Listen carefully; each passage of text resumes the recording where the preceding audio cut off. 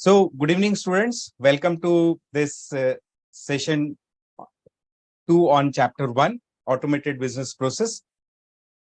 So, as we had talked about, we are going to start the today's session from where we left day before yesterday. So, so good evening. So, Tanuki Manasa, she gets the e-chocolate for first good evening. Then we have Darshan, Diksha, Manisha, Rajiv Kumar Singh, Sankaran. Okay, so good evening to you all. So today we'll complete chapter 1, this balance part. Then we'll take the MCQs for chapter 1 and then MCQ for day 1 and then we'll go to today's presentations. Okay, so then I have Shankaran. Harshit has also joined. Okay. So any query that you have from day before yesterday's session. So let us have a fast recap.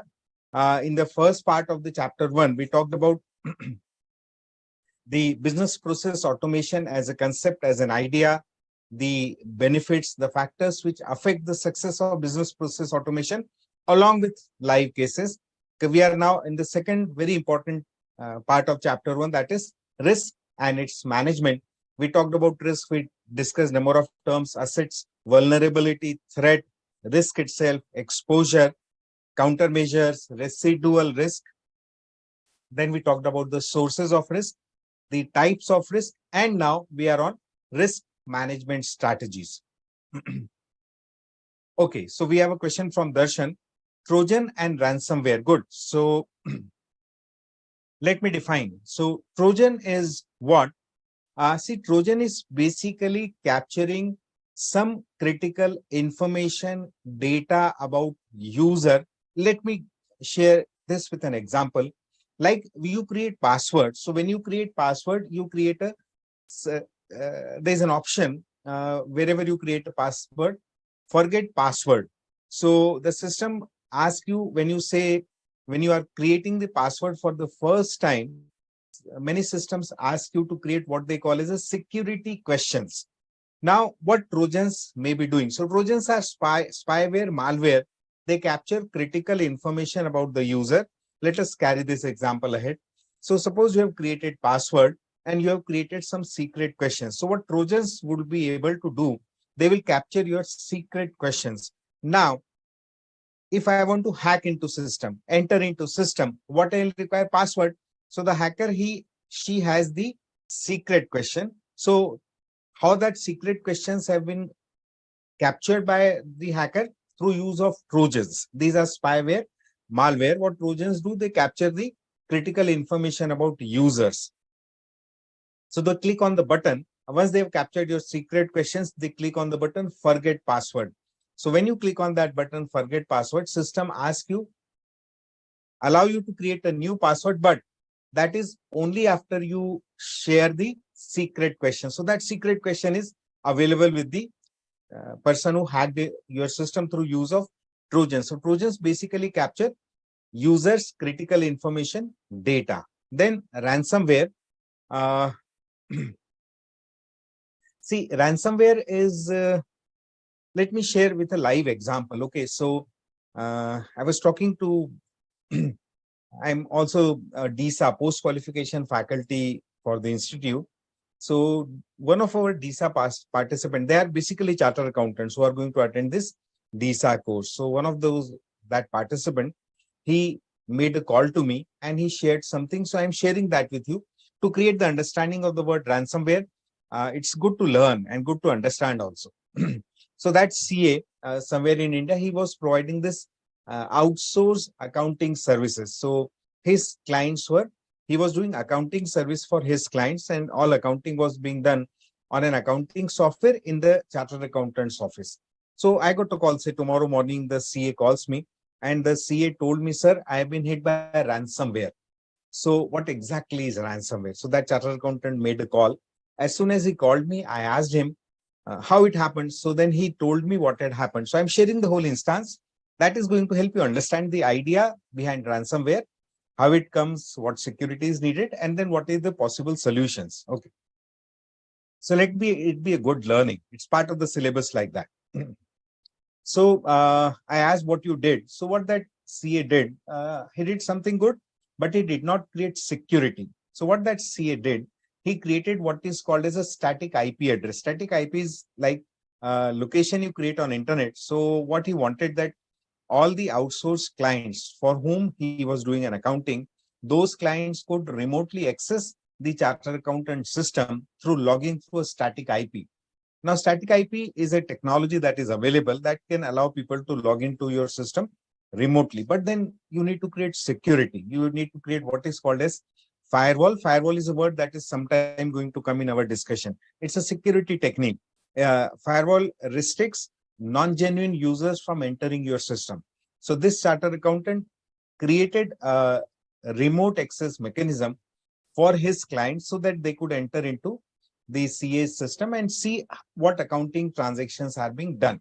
So it was a good, the objective was good, the purpose was good, that CA wanted the client to be able to see the accounting system in his office, but then it was not secured. So within 12 hours of his creating that static IP is Internet Protocol Address, his system was hit by ransomware. Now, when ransomware hits, what the hacker does?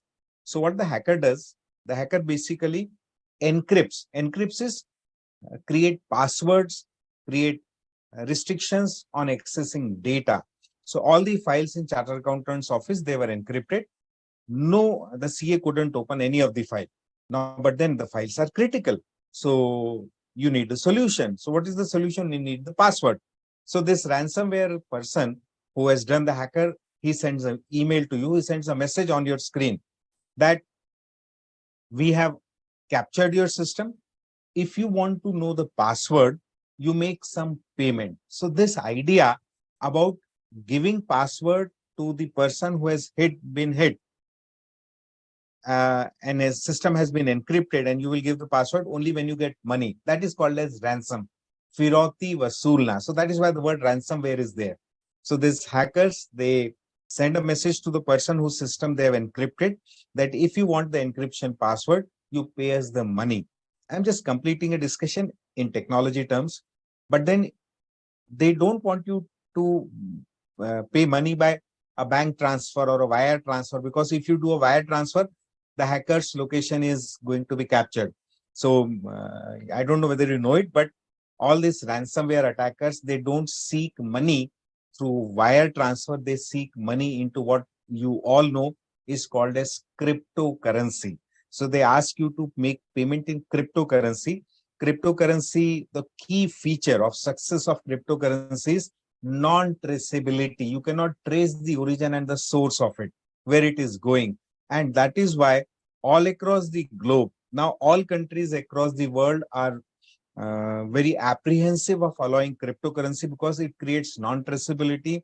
And all across the world, people have realized, governments have realized that terrorist organizations, people who are dealing in drugs like that, doing unethical, illegal work, they all make payments and receive payments in cryptocurrency because cryptocurrency is non-traceable.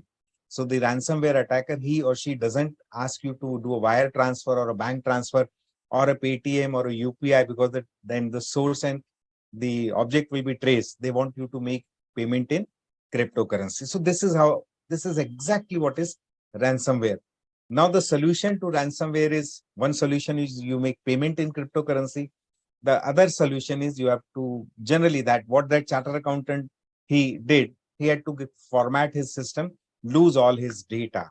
So there is a solution to that. It will be part of the discussion. We'll be talking about something called as backup you need to keep. Okay. Then Christmas card. Now see, Manasa. See, Christmas cards are like, how do you do it? So hacker may send you like an invitation, a greeting card, and that greeting card, as you open the greeting card, you are hit by a spyware, malware. So that is how it is going to work like. That is. So it's a good discussion. Thank you, Darshan. So whatever we have talked about, kindly take it as a part of syllabus. It's good to know, good to learn beyond few lines which are there in module also. Okay. So let us get to this risk management strategies. So what I'll be doing, I'll read the headings only, then I'll ask you questions. And based on your answers, we'll try to learn the strategies. So effective risk management begins with clear understanding of an enterprise's risk appetite and identifying high-level risk exposures. After defining risk appetite, risk appetite, I think you understand. Risk appetite is how much, what is my capability of being hit by risk? How much risk I can bear? That is my risk appetite.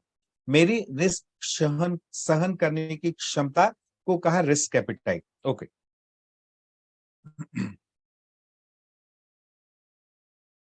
And identifying risk exposures. Strategies for managing risk can be set and responsibilities defined and clarified based on the type of risk, projects, and its significance to the business. Board and senior management may choose or take up any of the following risk management strategy. It can be an independent strategy, or you can have a combination of the strategies that we are going to talk about. So risk management strategy is basically mitigating the impact that you may have from a risk. Risk से होने वाले नुकसान के प्रभाव को कम करने के तरीके को कहा risk management strategy. Now, so I'll only read, believe. Now see, I'll give you with a live example, but I'll read the headings. I want you to answer in the chat an example of it. Okay. I want you to share examples. You have the definition on the screen that you are looking at. Read the definition, give the example, and then once we are through it, I'll give you more. But right now, I'll only read the headers. Then you have to give example. Tolerate, accept the risk. Terminate, eliminate the risk. Transfer, share the risk. Treat, mitigate the risk. So 4 basic strategies are given to us. Tolerate, accept the risk. Terminate, eliminate the risk. Transfer, share the risk. Treat, mitigate the risk. I want you to put examples. This is how you mitigate the risk. Okay, so let me share with some examples. Let us do a bottom-up approach. Okay. Mitigate the risk. Mitigate means trying to reduce the impact of. Okay. So let us talk about the example we took day before yesterday on day 1 of our discussion on chapter 1. The example I shared with you was that good. So I think Darshan is smart. Huh? I'll read Darshan's answer for all. Okay, very good, Darshan. Claps for this. I'm reading mitigate the risk. So mitigating the risk you do through establishing controls. So the example I shared with you was that the studio that I'm taking this lecture from, right side of the studio, there is a wall of the building. Left side of the studio, there is a door. If the door is open, we said it is a vulnerability. But then we talked about that we can reduce the vulnerability through what we can have control. So you can have a security guard. Now let me read. Where other options have been eliminated, suitable controls must be devised, implemented to prevent the risk from manifesting itself or to minimize its effect. So what you have, you establish controls. So the core purpose of establishing control is mitigating or treating the risk, bringing it to a acceptable level. That is you do through establishing control. Then share the risk. The best risk mitigation approach then can be shared with trading partners and suppliers. A very good line is there in the module, trading partners and suppliers. So I'll give an example and then I'll read from a word from costing. Okay. So the best example is insurance. So when you take insurance, what you have basically done, you have transferred your risk to the insurance company. You do pay a cost for that. The insurance premium is cost, but you have transferred there. The best example that comes from what is written in the slide is a word called as JIT, just in time. So organizations, again, it's a word from costing. I think you all understand just in time. Do I need to define JIT? If you put in the chat, I'll define also. I'm bringing the idea behind JIT. So just in time is that suppose I'm manufacturer of a product. For that product, I require a specific amount of raw material. So what I do, I inform my suppliers about my monthly consumption. That they say 100 tons is my monthly consumption. I tell my vendors who supply me the critical raw material. So because I already have my production schedule, that also I share with my vendor. Vendors have my production schedule. In fact, companies have integrated their system to such a level that if I am manufacturer, my daily inventory level is also of the critical raw material is also made available to the vendors. You know why? Because I am following a concept of JIT, just in time. Suppose the lead time means the say transportation time from vendor to my manufacturing location is 7 days. So how much inventory I will keep? Say just creating a very ad hoc calculation, 14 days inventory I will keep.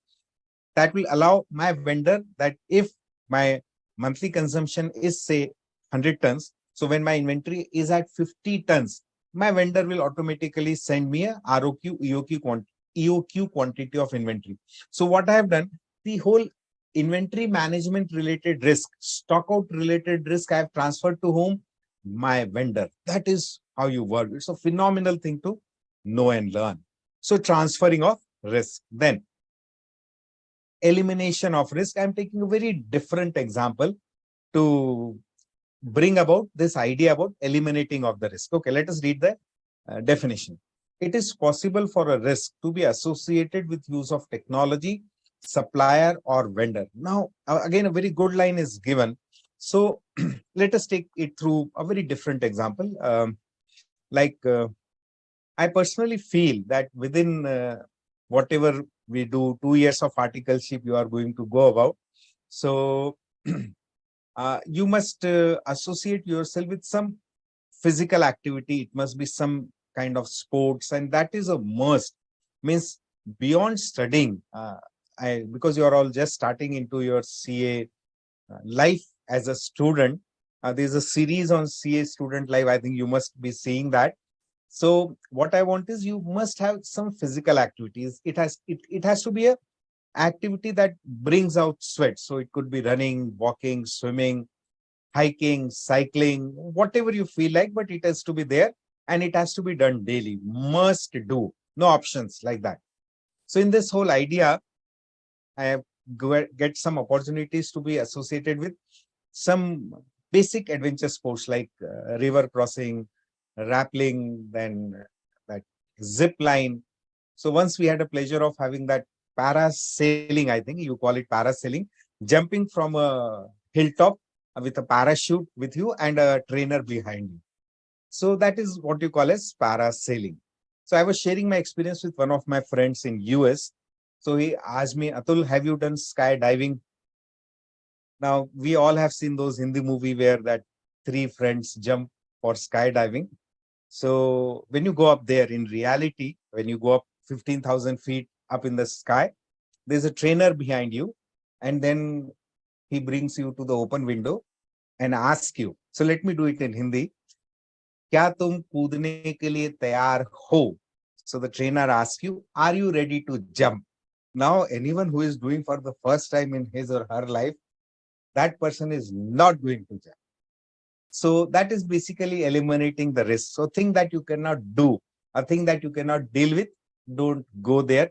Exactly same is in the example that if you realize that, say you place order with the vendor, the order delays the supply and the delay is so high that it starts affecting your production.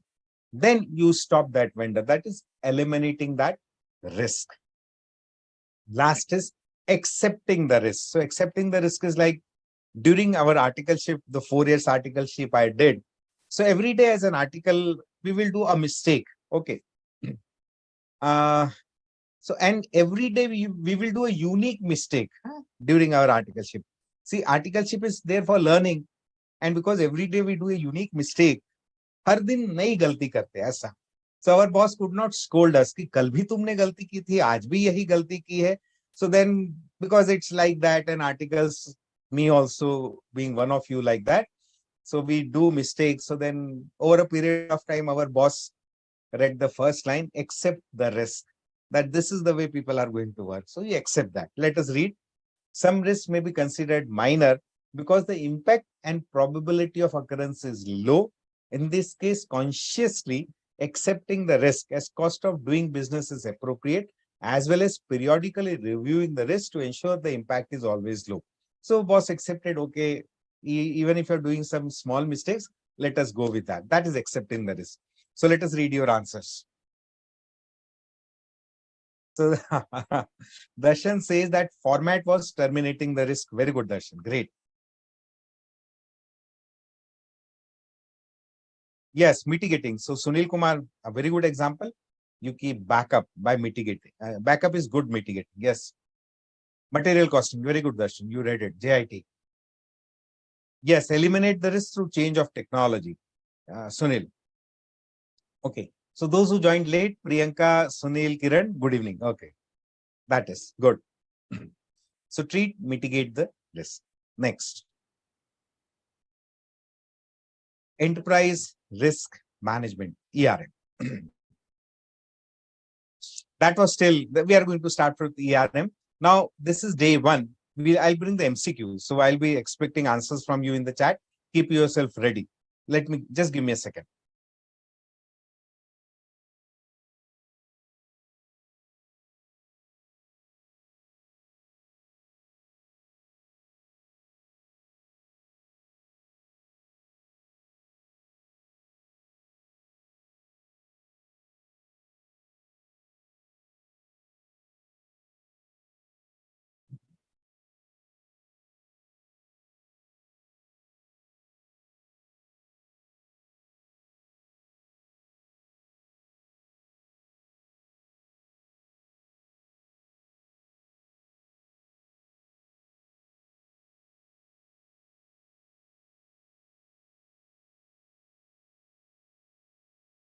So I've shared, I want you to answer. So what you are going to do, you read the MCQ on screen and answer, you will say question 1, A, B. So always, because there'll be multiple questions coming, to avoid confusion in the question that you are answering, put the question number and your answer. So what I'll do, I'll bring at least 2 questions. Okay.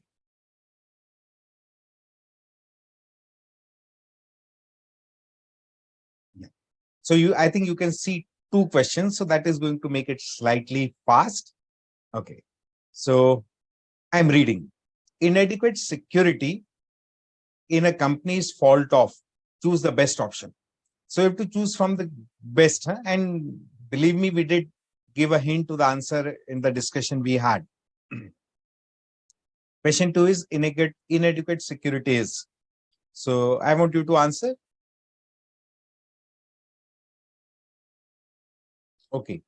So we have 2 people who have answered. Manisha, 1A and 2C. Okay, I'll read the right answer. So let us save time.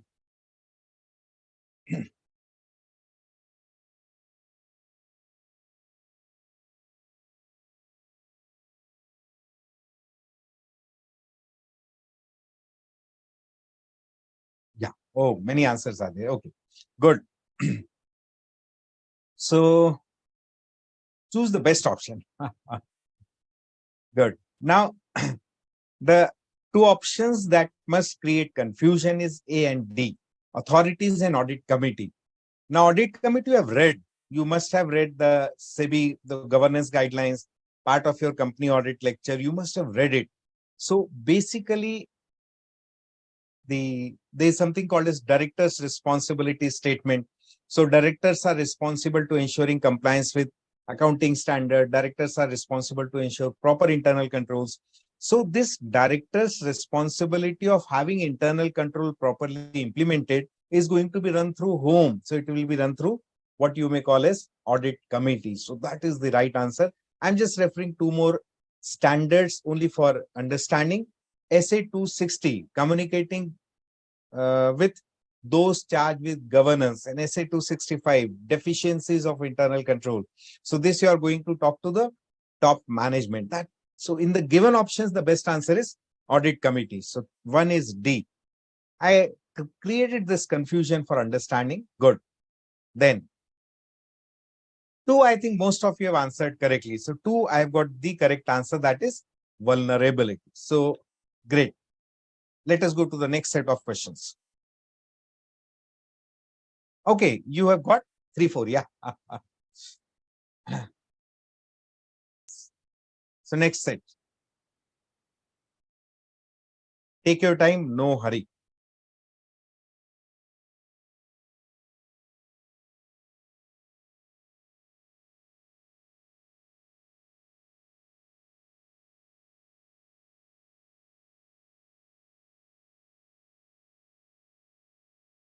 Yeah. So we have got answers. Yes. Let me refresh. So Darshan 3C. So 3C. Yeah. Business risk is correct. And fourth,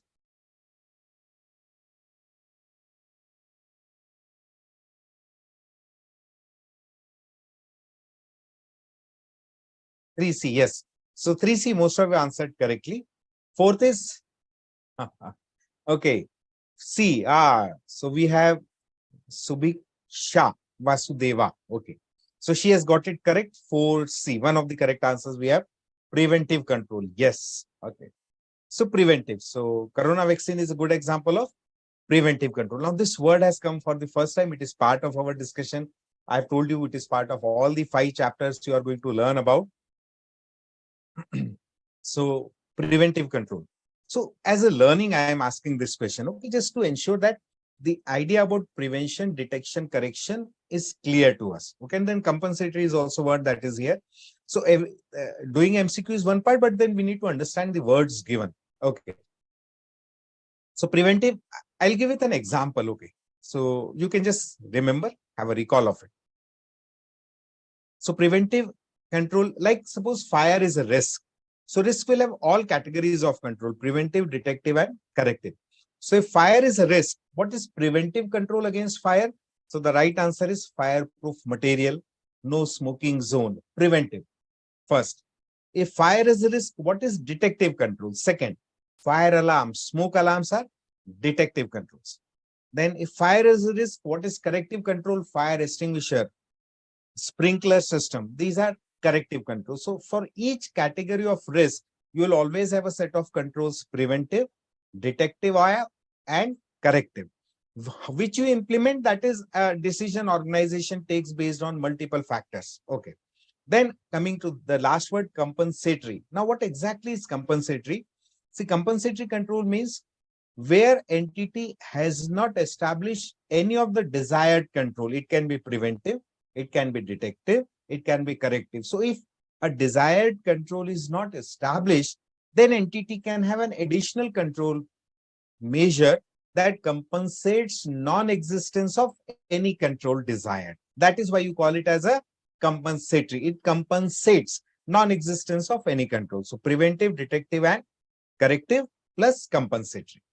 Now, just I always love asking this question. Give your answer. You can say preventive, detective, corrective. Our CA results, हमारे जो CA के result आते हैं वो preventive होते हैं, detective होते हैं या करेक्टिव होते हैं. तो आपको चुनना है PDC answer. Okay. Yeah, Madhuri, very good. This e-chocolate has to go to Madhuri. Insurance is a good example of compensatory control. Claps. Then 5 and 6. And you are,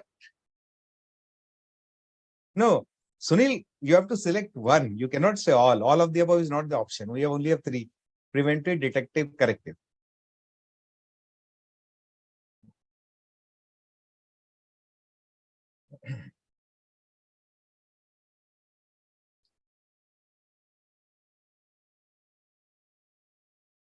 Okay. So let us refresh the query chat. So, so for CA result, I've got all the 3 answers. And in fact, Sunil's answer was correct. All 3 are correct. The only difference is you are looking from whose eye. Okay. So if I am the CA student, and if it is my result, then it is corrective. So I need to correct myself. Suppose I am not able to pass, I correct myself. If the result comes and then I'm not able to pass, so elders in my family, my parents, my elders, For them, it is detective. The what you have been doing since last 6 months, okay, that is detective. And then if I get motivated because someone else has passed, then it becomes preventive for me. That is. But then you are all smart. In one of the classes, I asked this question. So I got a fourth answer, destructive. So leave that. So now coming to question 5 and 6.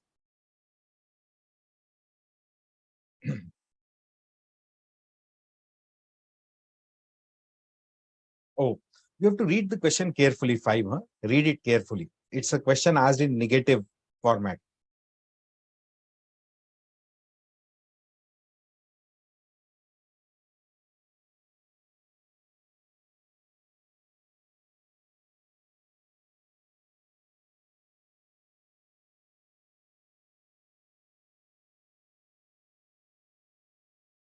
Manisha, I got your question. I'll tell.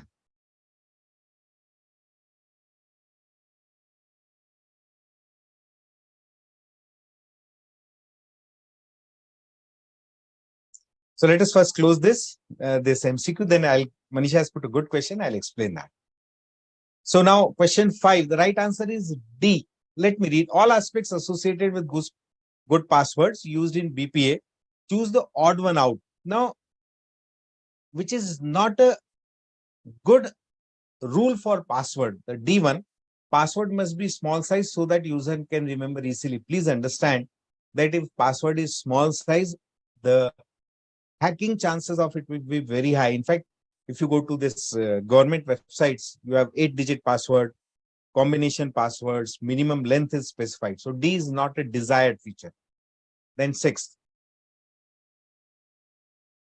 all aspects are associated with password used in BPA. The first among those is, yes, I think 6 you have all answered correctly, confidentiality. So 6 goes with B. Great.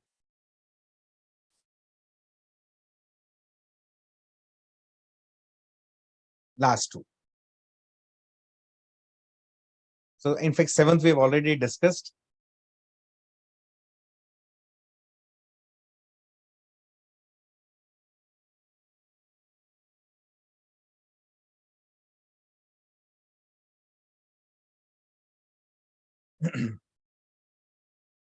So I'm seeing some good. So 7th C, transferring. Yes. So yes. So transferring we did talk about with an example. Then 8th. This also we talked about, right? 8th.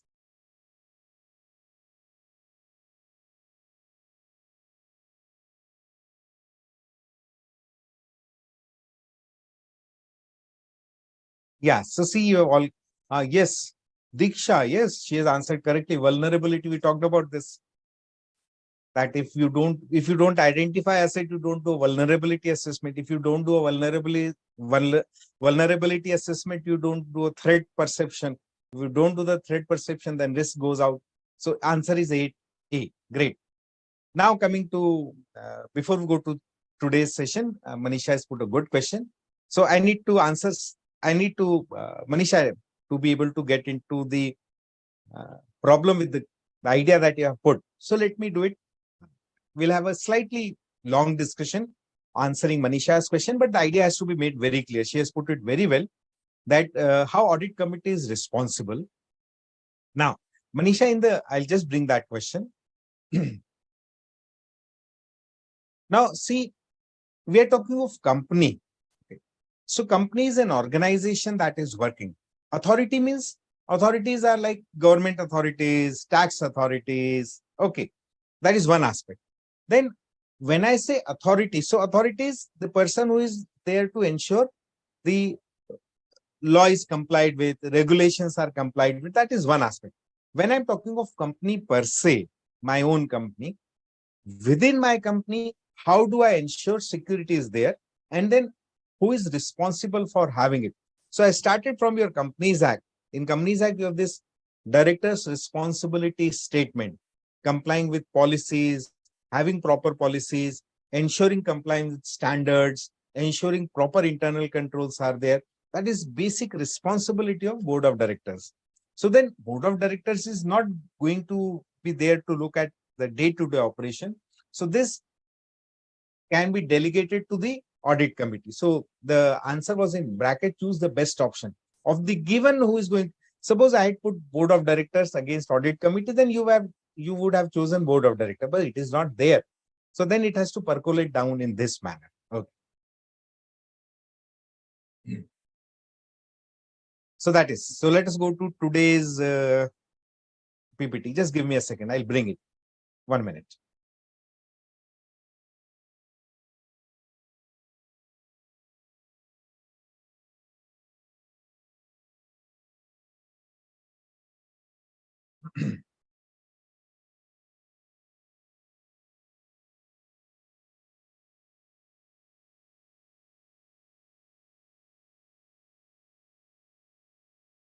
That is, we are starting today. Thank you, Manisha. Okay. So idea is to learn. Good.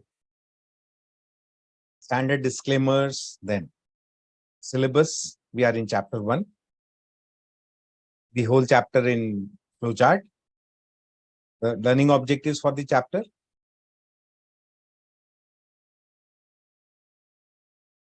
And here we are. Enterprise risk management is the topic that we want to go with.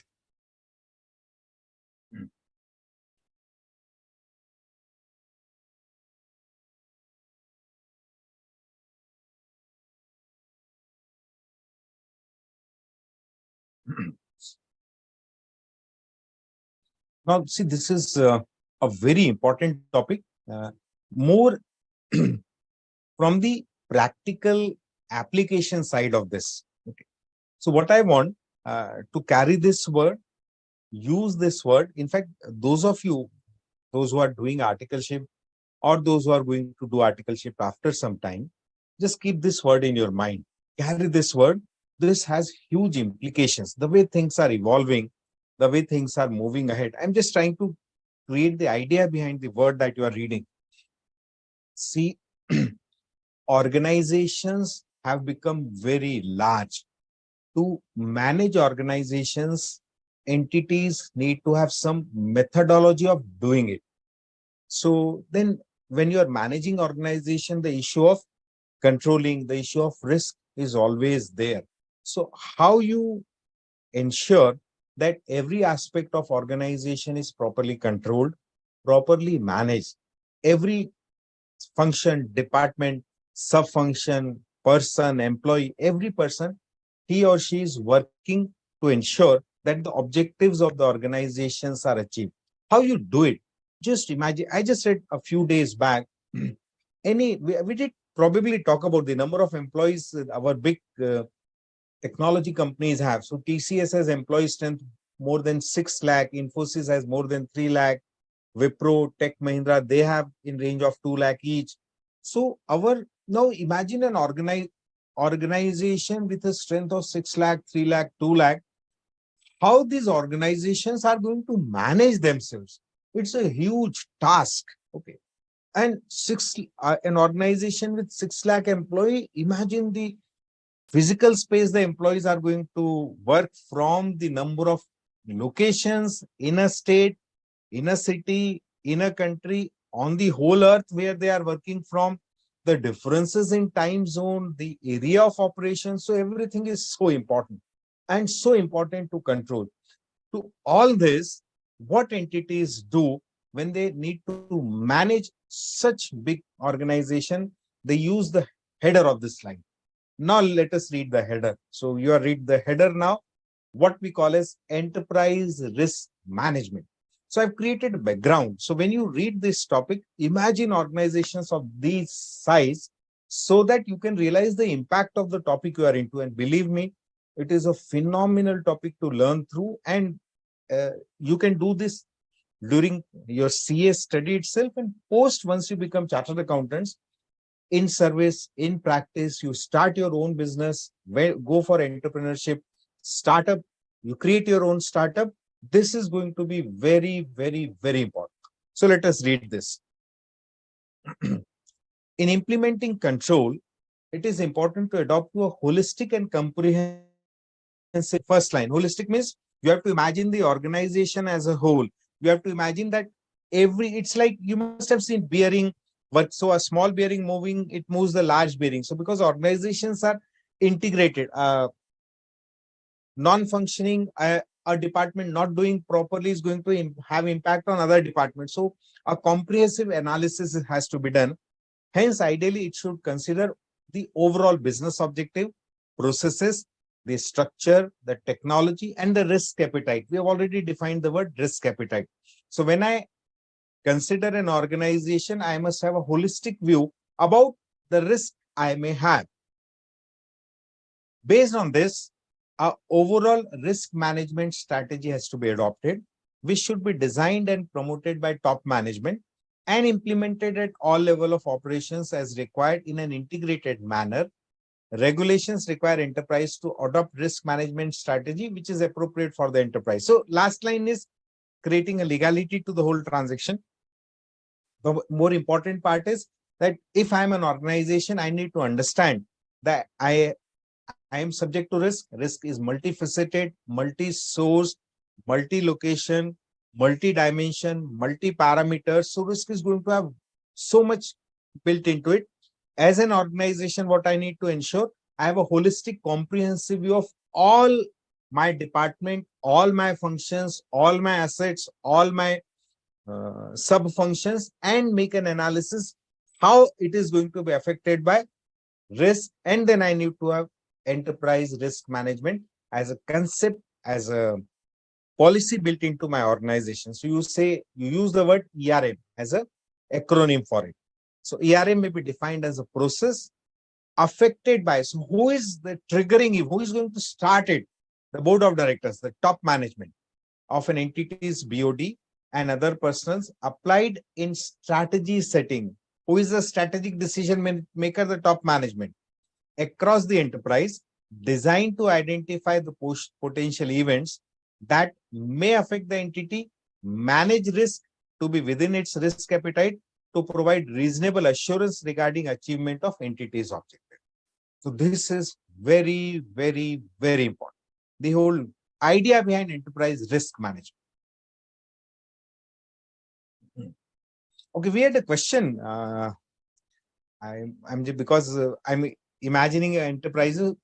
Day before yesterday, I had asked you that you are going to give me answer the BPA implementation, business process automation. So what we will do, when we will take a break today, during break, you write the 8 points of BPA.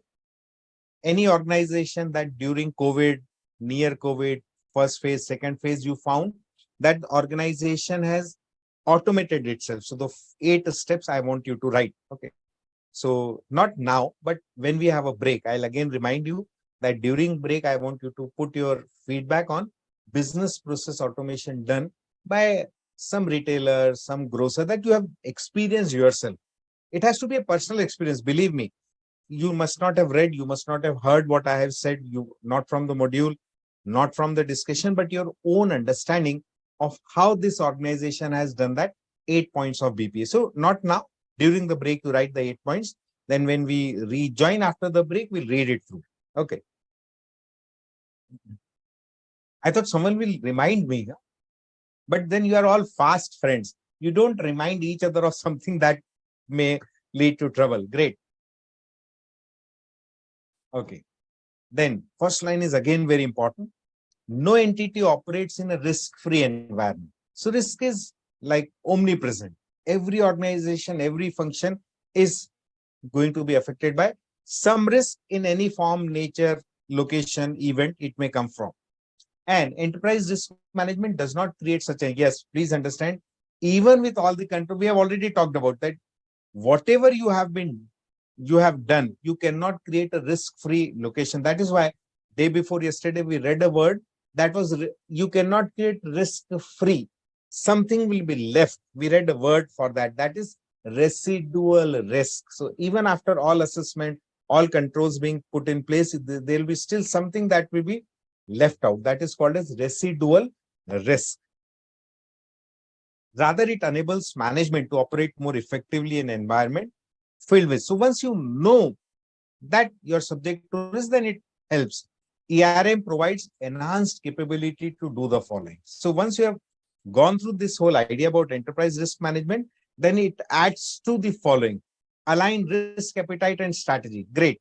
So I'll not read the rest. You can read through. I'm not reading them. It is available in the PPT itself. What it basically means, it means that I'm an organization. So I have documented the risk I may be subject to. I know that this is the risk I can bear with. I'm just giving an example from that parasailing and skydiving. Say I can jump from a 10 feet high wall.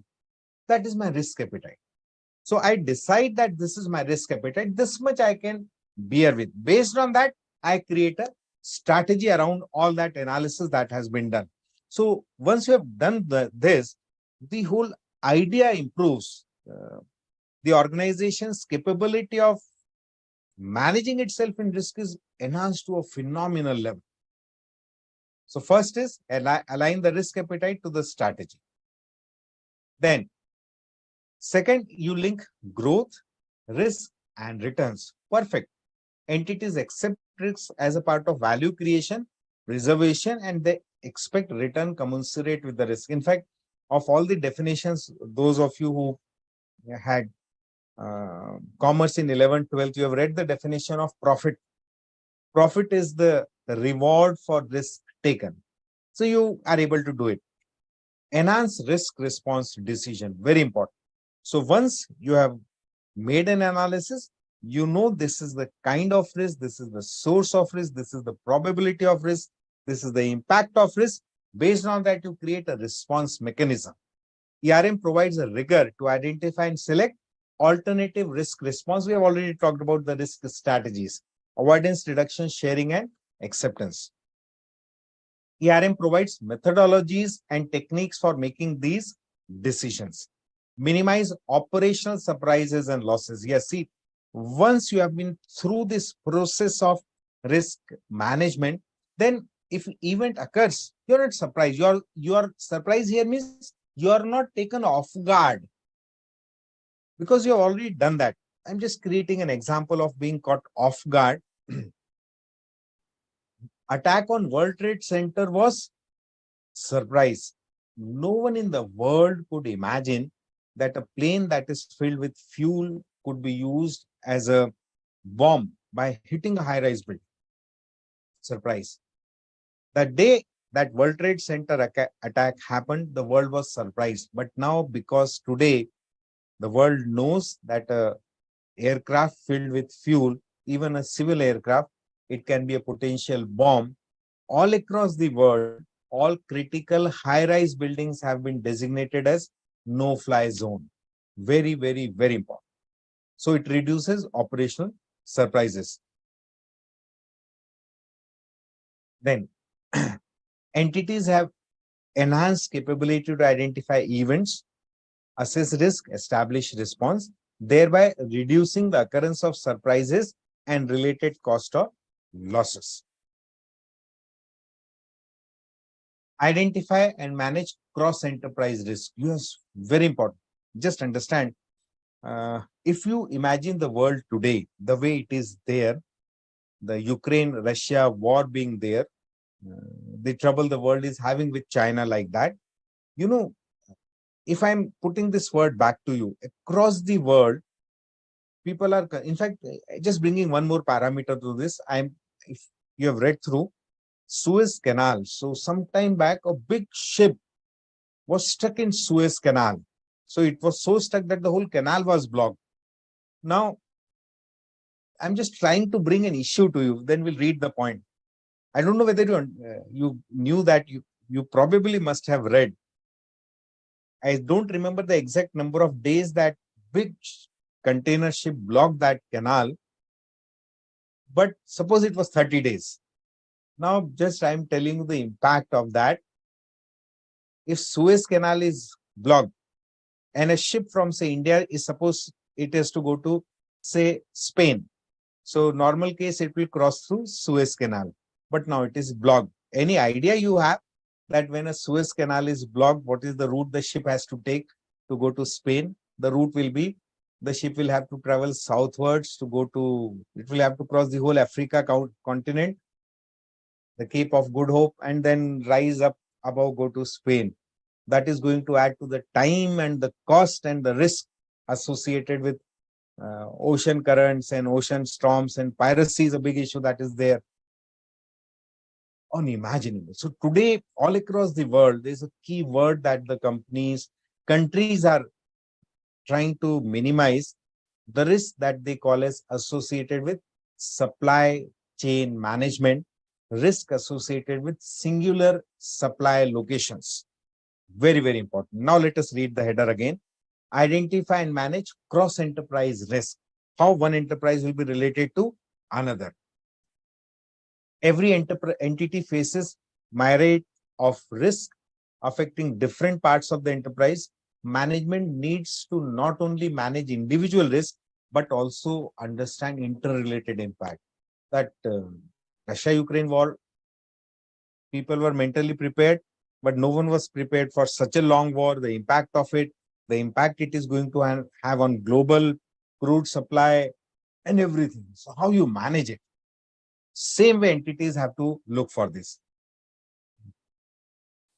Provide integrated response to multiple risks. So as in, you create an integrated response once you do a ERM. Whatever the categories of risk, because you have made an analysis, you know how to respond to it.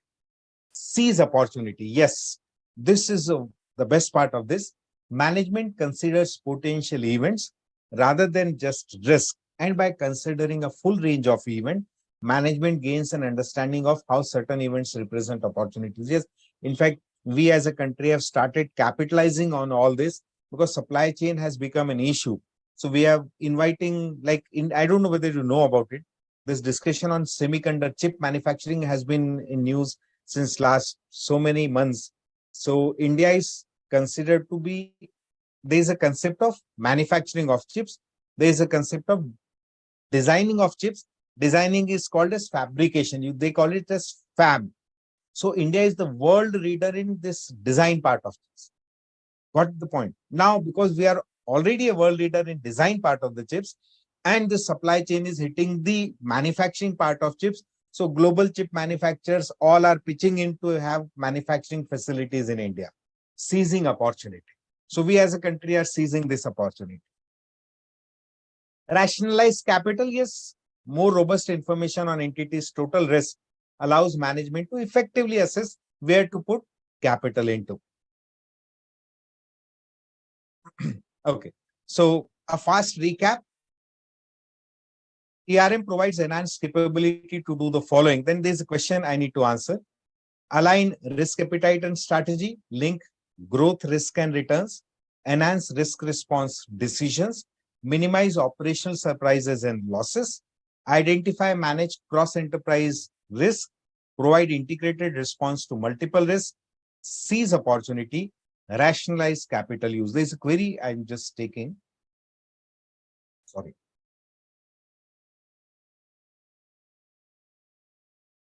Yeah. It is by Shivangini. How enterprise decides risk appetite. So Shivangini, I'm creating a corollary, a link. The same way auditor decides materiality level. When you have to decide materiality level, you as an auditor decide inherent risk, control risk, then decide the materiality level. And based on the materiality level, you decide the sample size you need to take. Same way, when an entity does risk management. So when they are doing a risk management, they do a risk analysis, risk assessment, risk calculation, source, nature, impact. When they do it, then so what happens? Just it will be that simple. Take all the subjects you have of CA, say in Inter. So probably 7, 8 subjects, whatever you have. So you always know, once you have gone through that, you realize this subject is good, easy scoring. This subject is tough, less scoring. So this assessment comes when you have studied the source of it. So once that study has been done, entity realizes that, okay, so this is what we can bear through and this is what we need to mitigate through controls. So what we can bear through becomes their risk appetite. So once you go through the process, the result of the process is assessment of risk appetite. That is how you look at it.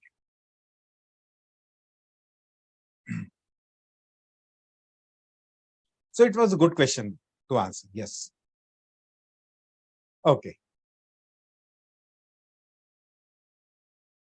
Then the framework, how you create it. So we have had a good discussion. The whole idea about ERM is it has to be starting from the top management, organizational level. You have to do it. So ERM provides a framework for risk management, which typically involves identifying risk circumstances relevant to organization's objective, risk and opportunities, assessing them in terms of likelihood, magnitude of impact, determining the responses strategy, and monitoring progress. So I'm just trying to give you a hint how you can make an try to grasp the points given. So let us make it as a simple point. In accounting standard 1, you have this fundamental assumption of going concern. Then you have a standard on auditing on validating going concern assumption. So when you are looking to this whole idea about assessment, then what you basically start drawing down that what are the things, if this materializes, it may probably affect my going concern, the extreme position. If this event is there, then how much my business will be affected, say in terms of revenue, say in terms of profit. So for understanding purpose, you can always try to convert the risk in terms of value loss. That is what you look at. Let us read para 1 again. ERM provides a framework for risk management, which typically involves identifying event, circumstances relevant to organizations' risk and opportunities. Let us take a simple example. Suppose imagine all of you as chartered accountants in practice, you have to provide service to your client. You have to file return timely. 31st July is the last date. Okay, let me put it back to you. So if 31st July is the last date, you are responsible for filing of the return. I want you to tell the risk that may impact your filing of return. So what is the risk? Suppose you are using internet, your internet connection can go berserk. Suppose you are using a software, your software can crash. God forbid, it must not happen, but suppose you become ill, you're caught by viral, lot of rains are there. So disease is, I just read in Capital, our Delhi and surrounding areas, that eye infection is growing to a large extent. That is a risk. So when you say risk, what you look at, what event is going to affect the objective for which organization exists, that becomes a risk. Then assessing them in terms of likelihood, probability of them occurring, and magnitude of impact. So value, कितनी हो सकती है, होने की संभावना है, और होगी तो नुकसान कितना होगा, that is. And then a response strategy. So ERM is a risk-based approach which includes the methods and process used by organization to manage risk. ERM provides framework for risk management, which involves identification of risk, determining how big it is, implementing controls to mitigate it, and it contains 8 interrelated components. We are going to read it in the next slide. Yes, Darshan says one of the is incomplete information by the client. Then if your client is giving incomplete information, to that extent, non-filing of return or filing of incorrect return, the responsibility is transferred to client. It is not your responsibility. To that extent, you are safe. But the point that Darshan has raised is a valid point to consider. Now, so interrelated components for ERM.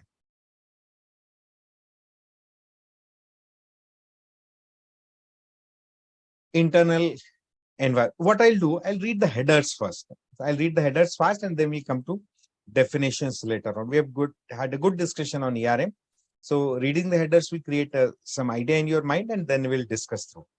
So framework, internal environment, objective setting, event identification, risk assessment, risk response, control activities, information communication, and monitoring of the same. So let us go back. Internal environment. What we are basically reading through components. The internal environment encompasses the tone of an organization. Very good. In fact, in your auditing standards, if you read the source of inherent risk in your auditing standards, so it tells it reads in same manner like that. What are the sources of inherent? So one of the probable sources of inherent risk is management's attitude towards control. So if management's attitude towards control is good, to that extent, inherent risk is low. But if management is not aware, not interested in having internal control, to that extent, inherent risk is high. That is exactly what is written. The internal environment encompasses the tone of an organization, sets the basis for how risk is viewed, addressed by entities, people, including risk management philosophy, appetite, integrity, ethical values, and the environment in which the entity operates. In fact, all of this you can take parallelly to your inherent risk assessment. So that is the internal environment. Then objective setting. Objectives should be set before management can identify events potentially affecting their. See, objective means what is my business objective? Then once I have the business objective, then I can relate to events more clearly with better understanding. Then event ID. That is very important. What nature of events can hit you? Assessing the risk, we have talked about. How you respond, that also we have talked about. Risk response. Control activities to mitigate that. Proper communication at top level, all the levels. And then the last is one of the most important points, monitoring. See, whatever controls you have put in place, you need to monitor. You have a CCTV camera, someone has to see that. See, having a CCTV camera is not going to prevent theft. Someone has to see whether unauthorized entry is there. So monitoring is very, very important. Okay. Then controls. So, so Madhuri talked about internal control. Good. So now we are coming to controls.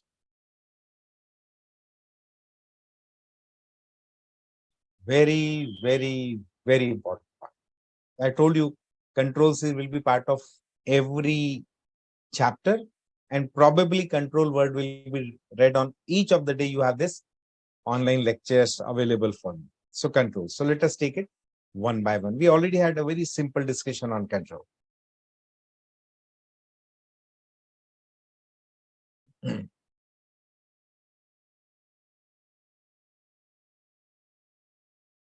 So control is defined as policies, procedures, practices, and organization structure that are designed to provide reasonable assurance that business objectives are achieved, undesired events are prevented, detected, and corrected. Now I'm asking you back your question. Please answer in the chat.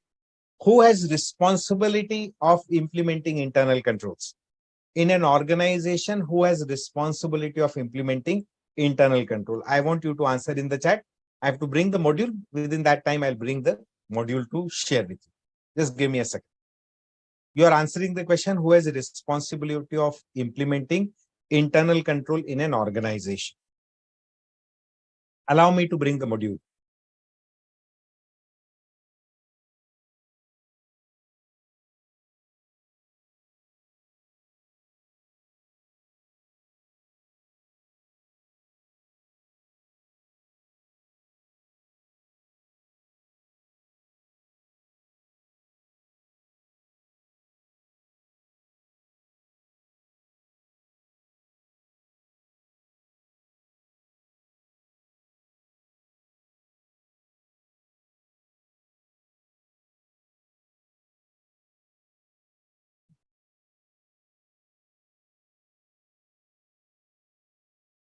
So I've shared the screen from the module itself.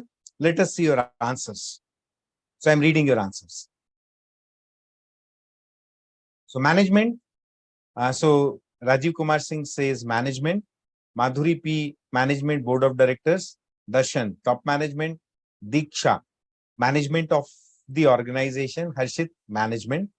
Harshita, management, those charged with governance. Good. Jia Patel, management. Sankaran, audit committee. Good. Varsha Shetty, top management. Vaishali Bindal, management, manager, board of directors. Shivangani Rathore, sir, top management authority is responsible for implementing internal controls, and Manisha says board of directors. So all of you are correct. Then Dikshita, business level. Okay, we'll take that. So who that is the person we were interested in the name of the authority or person responsible. So you have all answered correctly. Now coming to the examples. So given from reading from the module, simple examples of controls for purchase to pay cycle, which is broken down into four main components: purchases, goods received. Let me read the components, then we'll just scroll down the four: invoice processing and payment. So we are reading through this. Purchase. When an employee working in a specific department, say marketing, operations, sales, wants to purchase something required for carrying out the job, she will submit purchase requisition to a manager for approval. Based on approved purchase requisition, a purchase order is raised. The purchase order may be raised manually and then input into computer system or raised directly in by the computer. So when a purchase requisition is raised, so validation is done that whether the item is needed, what is the availability of status, status of the item in inventory, and then it is approved. So once approved, you convert it into a purchase order. So this deliver the goods as specified in the purchase order. When the goods are received at warehouse, the receiving staff checks the delivery note, the purchase order number, acknowledges receipt of material. So now the receiver has, the store's clerk or in charge has received the material. Quantity and quality of goods is checked. Unfit items are rejected, sent back to vendor, and a GRN is generated, good received note. So the person the organization who raised the original purchase order, once they receive the goods from the vendor and quality quantity check has been done, rejected items kept separately, a goods receipt note is generated. All this process of validation of quantity and the qualities control that you are looking at.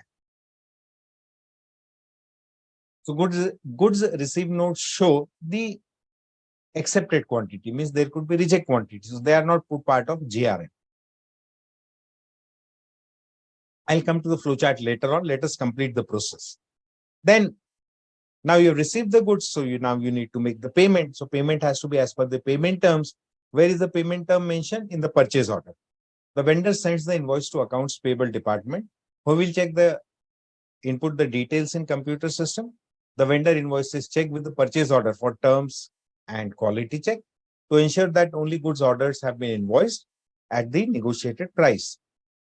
Further, the vendor invoice is checked with goods received note to ensure that the quantity order has been received. Okay. So if 100 quantity was ordered, the received quantity has to be 100, or it can be less than 100 because few items might be rejected in quality check. And then payment is made.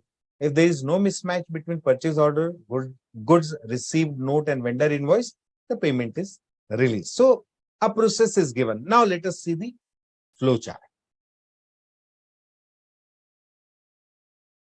So this is the flow chart. You have the purchase, the requisition, creation of purchase order in system. This purchase order goes to the vendor. You receive the goods. The information is put in system. The invoice is being processed and payment is made. So this flow. So each of the activity you are looking right now from the control aspect. So each activity is having some control, some validation. So these validations are basically controls.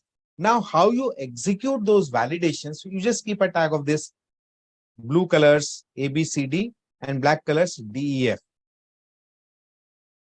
So module says that few controls are manual. I'm not reading this through, only for example. Few are automated and few are semi-automated. So manual means that inspection of goods is going to be manual. Okay.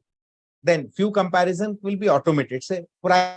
So purchase order price validated with the payment value, the invoice amount is going to be automated.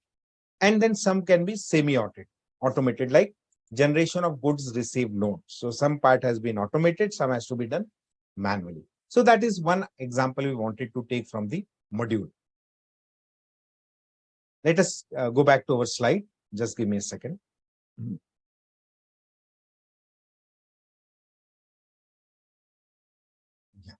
Now it's 7:10, exactly 7:10. So let us have our 10 minutes break. So we are having a break. And break or during the break, please send that BPA, business process automation steps that you have observed. So it's a 10 minutes break.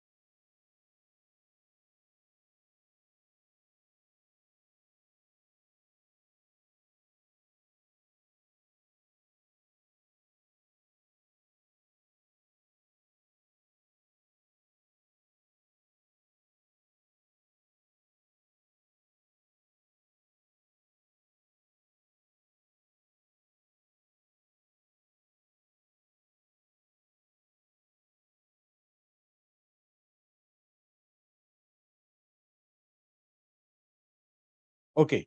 So great to be back after this important tea break.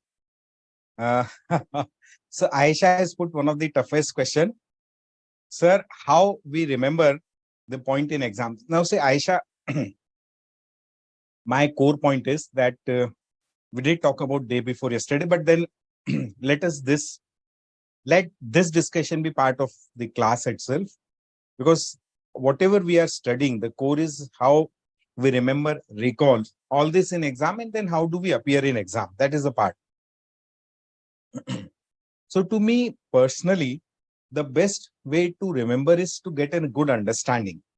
So once you get good understanding, then the effort needed to remember is reduced by more than 50%. First. Second, so if I'm putting myself into good understanding, then how do I create an understanding? So one of the best ways of creating good understanding is what I personally feel is good is linking the subject to practical examples. Just let us take the case that I have put all of you to. I wanted all of you to write about a business process automation that you observed had happened during COVID, phase 1, phase 2, as the case may be, in your locality, or something that you know about personally. So this is one of the 8 marks, 10 marks question asked in examination. Business process automation, the steps of it. Now, if you have observed and if you are able to write that this, or like we have Madhuri, she has submitted about automation of yoga classes. So once you have observed that event in the frame of questions which are part of the syllabus, then you need not remember, means then remembrance is like zero. Why remember? You understand it well. After having said it, see, there will be few items, few issues that we need to remember also. So that much effort we can put. But if we put more effort in understanding, the need for remembering goes down phenomenally. So then you can directly do it through system. Okay. So that is answering Aisha's question. Good. Thank you. Then coming to Madhuri, so she said yoga classes. Then she has given steps also. Step 1, okay, so I'll just read through. So due to lockdown, then no physical class, online, and it went to automation. Then Darshan has put a detailed answer. So I'll just read the keywords. The BPA that I saw was every SIM holder, means the internet was an issue, which received many system generated message due to date of charge. Okay. Then business process of communicating certain information. Yeah, another BPA. In all passenger transport buses in our city, the bus conductor used to tear the tickets and give. Time and again, the conductor notes the number in those physical tickets. But there is one private bus in which, very good example, Darshan, good. But there is one private bus in which bus conductor enters certain information like distance in the billing device and ticket is automatically generated. Very good, fantastic. So that is automation. So why BPA? Very good. So it's a very good example, that automation of bus ticketing system. That is how it is done. So this is what I've, so once you are able to do it in this manner, the need for remembering so much in exam is going to go down. So you can then do it by understanding, and that is what is needed. So see, my idea is clear. This subject being there, not being there, the relevance of technology and its content and what you learn will always be there. So your effort has to be like, अपने दोस्त लोग ऐसा ना बोले अपने को कि अरे ये तो सब्जेक्ट कोर्स में नहीं है, फिर आप उनको बोलना अरे तुमको पता नहीं है, you don't know what we have learned. So then that is how we need to like be able to sell the subject that you have learned something phenomenally good. That is. Then examples we've taken from the module. Okay. Then manual controls. So we have gone through. So I'll run through this fast. Then importance of technology controls. In IT is information technology. So IT controls objectives is defined as a statement of desired result or purpose to be achieved by implementing control procedures within a particular information technology activity. Implementing the right type of control is responsibility of management. You already answered this question. Controls provide a clear policy and good practice for directing and monitoring performance of information technology to achieve the enterprise objectives. IT controls perform dual role. They enable enterprise to achieve objectives and help mitigate risk. So they have got dual, reducing the impact of vulnerability threat and also help entity achieve their objective. How to apply controls? So two basic classification, general controls and application controls. So at the start, application control will be, say for example, you are using an accounting software. Say for example, you are using Tally, Marg and many accounting software. So that password to the accounting software is what? So I'm asking this question to you for learning. So password to an accounting software is general control or application control? I want you to answer in the chat. So you can say GC or AC first. Second, the security guard that I suggested, I will keep at my open door, the vulnerability. So I reduce the risk by having a control. The control is having a security guard. So having a security guard is general control or application control. So two questions you have to answer. Passwords for application is a general control or application control, and a security guard at the open gate is general control or application control. Good.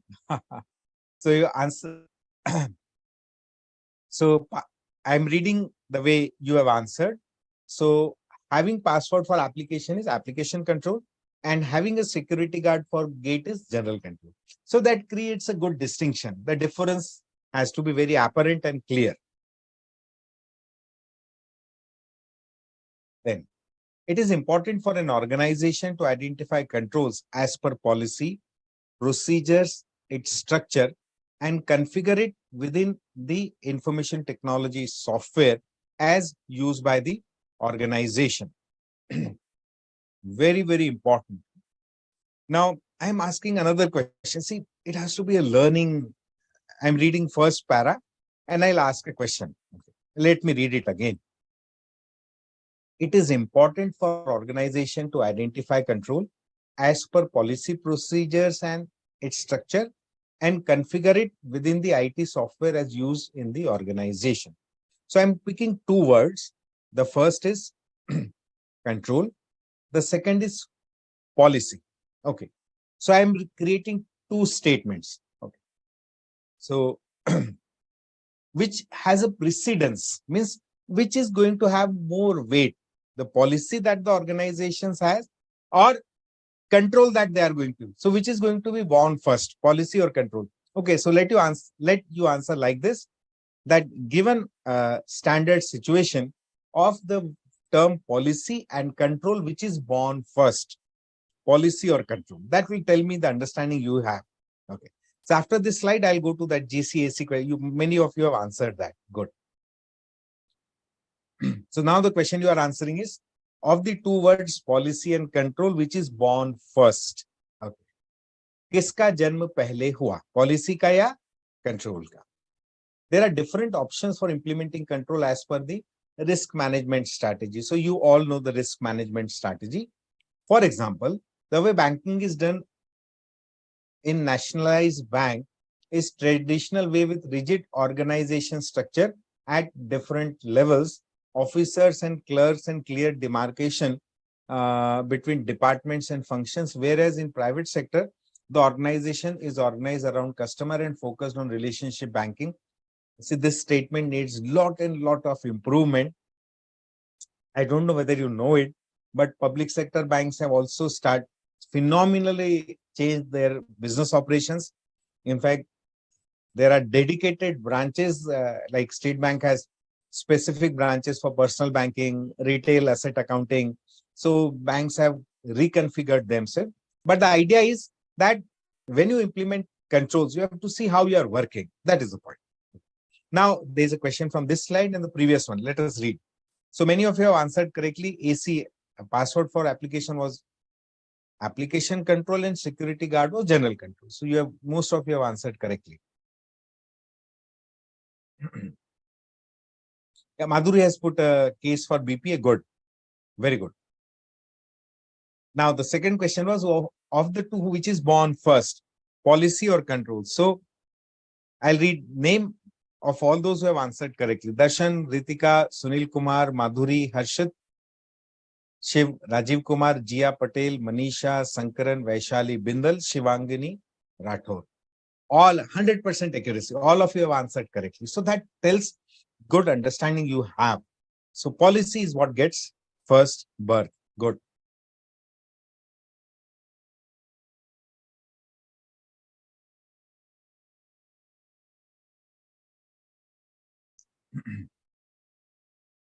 Two types of control, general and application.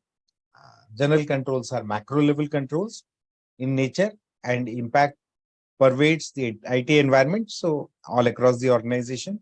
Application controls are controls which are specific to the application software. So you know the difference now. This is going to be very, very, very important discussion. Okay. General controls. So what are general controls? Information security policy, administration, access, authentication, separation of key IT functions. I'll just read and then we'll try to bring some examples to each of them. Management of system acquisition and implementation, change management, backup, recovery, business continuity, proper development, implementation of application software, confidentiality, integrity, availability of software and data files, incident response and management, value add areas of service level agreements. I read service level agreement. Do you recall a standard on auditing? मैंने कहा service level agreement, कोई standard on auditing याद आया क्या? उसका number लिखो ना इधर.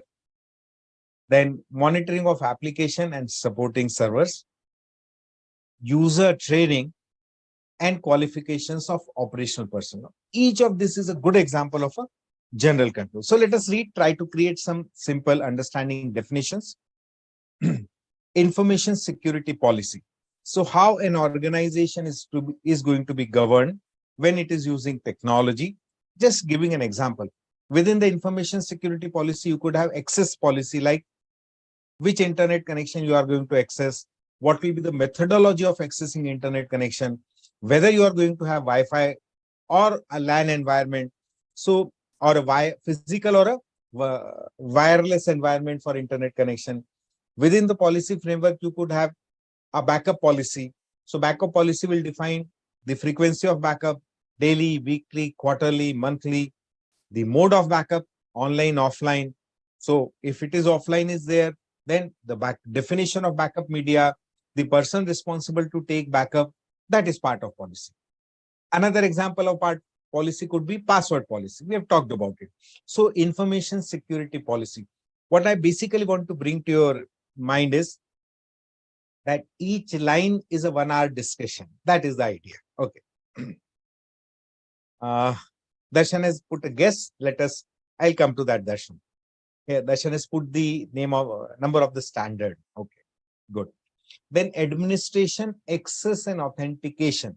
How my information assets will be administered, how the access will be controlled, how authentication will be generated. I'm trying to give administration means overall control.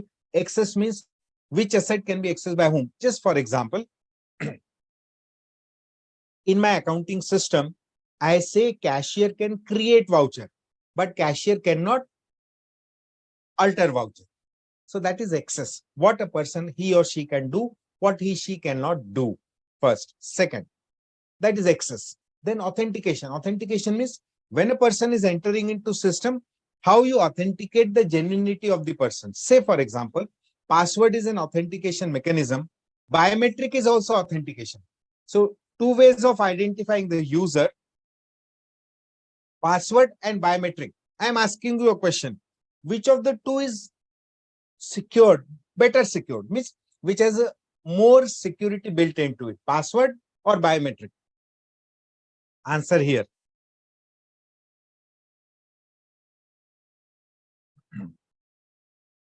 Then separation of key IT functions. Separation of key IT function means they are going to be functions where if two functions are done by same person, it may violate a law that you have read as a part of internal control. maker cannot be checker. It may invalidate the rule segregation of duty. So how you define separation of key IT functions so that segregation of duty as a principle is maintained. In maker is not also allowed to be checker of the same transaction. The example just I took, that cashier can create a voucher, cashier he she cannot alter a voucher. These definitions. Then management of system acquisition and implementation. Now, system acquisition means acquiring a system. So who is going to, what will be the methodology? In coming chapters, we are going to talk about some methods of implementation. It is there, not in detail, but some hint is there. Like there's a method of implementation called as System Development Lifecycle, SDLC. There's a method of implementation called as Agile. So which method of acquisition you are going to follow and how its system is going to be implemented. Once a system is implemented, the next header is change management. How modifications will be done, how modifications will be documented, how modifications will be prioritized. Prioritize means if there are more than one change to be done, which change will prevail, who is going to authorize the prioritization of change, how change is going to be documented. It may appear tough, but I'm giving you a simple example for documentation of change. In a company, the company was doing net banking. So the general manager finance of the company, he gave his resignation. So there was a 30 days notice period. So the company is using net banking. General manager finance has the net banking password. He has given a notice for resignation. There's a 30 days notice period. On the last day of working, it's a real case I'm sharing with you. The keyword is change management. On the last day of working, this general manager finance was asked by the MD. So MD instructed the general manager finance that today is your last day. From tomorrow, you will not come to office. So kindly share your password with the manager finance because net banking has to go. So just general manager finance ethically shared the password with the manager finance. From tomorrow, he is not going to come. As soon as the general manager finance left the office today evening, managing director did a very good thing. You know what he did? He changed the password. Must do, because the password is available with a person now who is not part of the organization.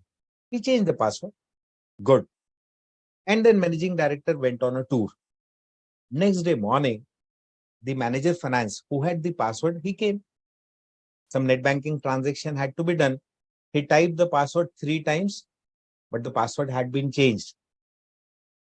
This account was blocked. Of course, it was opened after 24 hours, but change management. So when you change, you need to document changes. So how documentation is done? That is a big topic to talk about. Then backup, recovery, business continuity. They've talked about backup. So backup, you need to define the frequency, the mode, online, offline, the media, and where are you going to keep the media? See, I take backup on, say, a pen drive, and I'm putting this to you. I want you to understand. Backup is a topic that is going to come in other chapters also. Let me get some feedback from you. Okay, so there's a question you need to answer. So I'm taking backup. Good. I'm taking backup daily. Very good. I'm taking 2 backup. One is online, other is offline. That is also good. The offline backup I am taking on a pen drive. Good. Now what I'm doing, I take the backup and leave the pen drive in, say, my office drawer. मैंने backup लिया है, pen drive पे लिया है और अपने office के drawer में छोड़ दिया है. I leave that backup in my office drawer. I am asking this question to you. What is the risk with this? What is the risk with this backup I have taken? You have to answer it.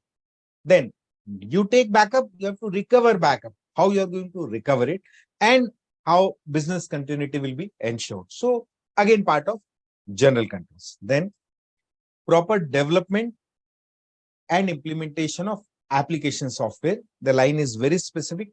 So there are 2 basic type of software that we need to understand: system software and application software. So your accounting software, your MS Word, PowerPoint, these are all application software. Windows, All your operating systems are system software. Database management systems are system software. Your device drivers are system software. So what you're talking about, application software. Why only application software? Because the user requirement will be met through application software. आपकी जो जरूरत है वो कौन पूरा करेगा?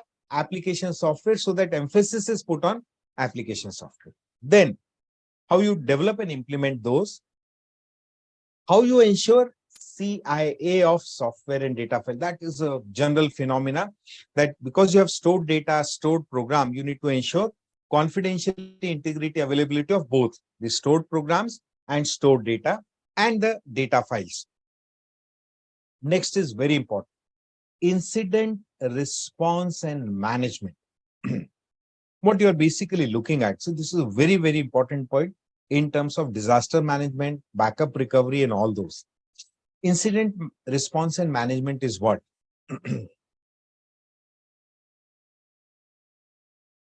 I'm taking a live example, slightly a different example, but I want all of us to learn that point. Okay. So, you know, this during COVID phase 1, when we were all learning, so we were all using sanitizers, and you must have seen those WhatsApp video that sanitizer, the chemical that you saw, there were different categories of sanitizers, but one of the sanitizers that was available and that was used by you, me, all included, it was inflammable. That sanitizer was inflammable. In fact, I know an incident that happened in one of big MNC. An employee, after lunch, he sanitized his hand, then went out and he lit a matchstick. As soon as he lit a matchstick, his hand got burned. Means it was not a severe burn, but it did got burned.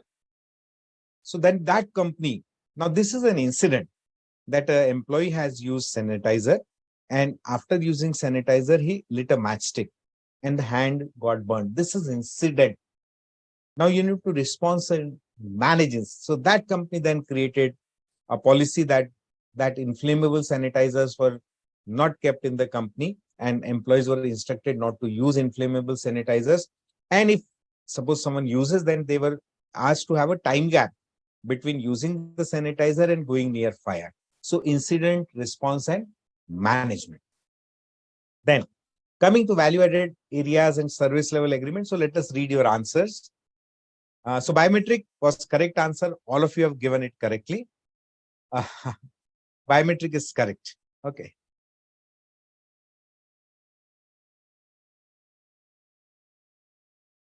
Then service level agreement, I had asked the standard on auditing. So Darshan tried to guess. So Darshan, the standard is SA 402. Organizations using service organization. Auditors considerations when client is using service organization. SA 402. Service level agreement. So service level agreement, say I am a company. My accounting is done by a chartered accountancy firm. So me as a company need to have a service level agreement. So value-added areas in service level agreement. That was the point. Monitoring of applications and supporting servers, how they are working. And last is very, very, very important, training, a must for all of us. Training and qualifications of operating personnel. Now let us see, read your answers. So biometric, sorry. So biometric was there. Then yes. Okay, so Madhuri, I got this. Darshan, risk of loss of information. Yes. So leaving pen drive. So Darshan says risk of loss. It can be stolen. Rajiv Kumar Singh. Ritika Joshi, someone can delete, recover data. Harshit, pen drive backup can be stolen, destroyed due to some reason. Sankaran, anybody can use pen drive for save data view. Theft of drive is a risk. Yes. If pen drive get lost, management cannot recover. Yeah. Okay. Now see this idea of keeping pen drive in my office is not realizing the idea behind backup. Why I have backup? Because my main data can crash my main data can be destroyed. My main data can be hit by any, say, natural disaster. God forbid, but natural disaster still can occur. So there can be a fire, there can be earthquake, like that. There can be flooding, like that. So if I keep my backup data at the same location where I have the main data, I have not learned my backup philosophy. Backup basically means securing data at a different location. So when I keep my pen drive in my office drawer, I am putting my main data and backup data on same set of risk. That is not allowed. I will lose both. So always have offline backup have to be physically taken to a distant location. That is. Okay.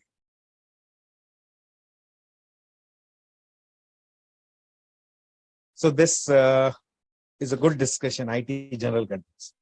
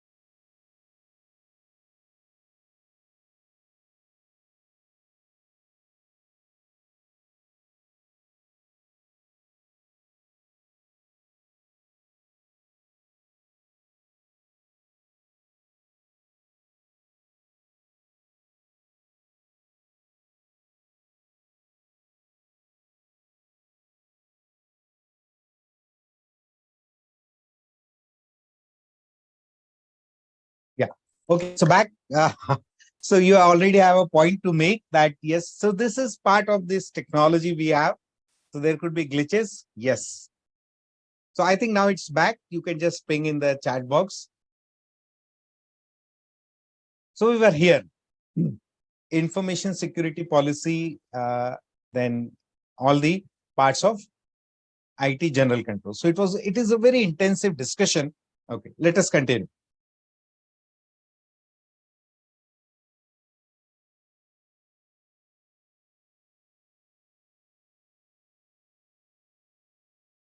Application controls are controls which are implemented in an application to prevent, detect, correct errors. These controls are inbuilt in application software to ensure accurate and reliable processing. These are designed to ensure completeness, accuracy, authorization, validity of data capture and transaction processing. So the example we took, that the accounting software password is a good example of application controls.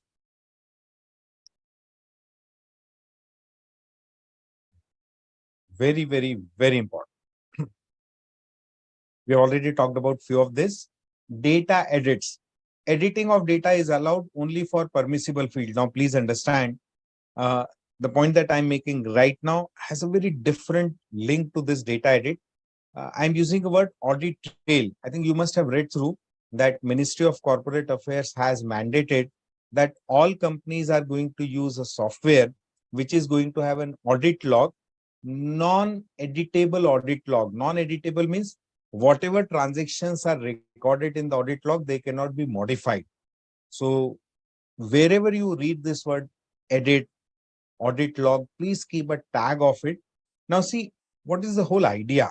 Idea is that when I talk of technology, in my technology, the things are there. So whenever I am talking about technology as such, so reading about technology, it talks about controls, controls on edit, creating audit trail, audit log.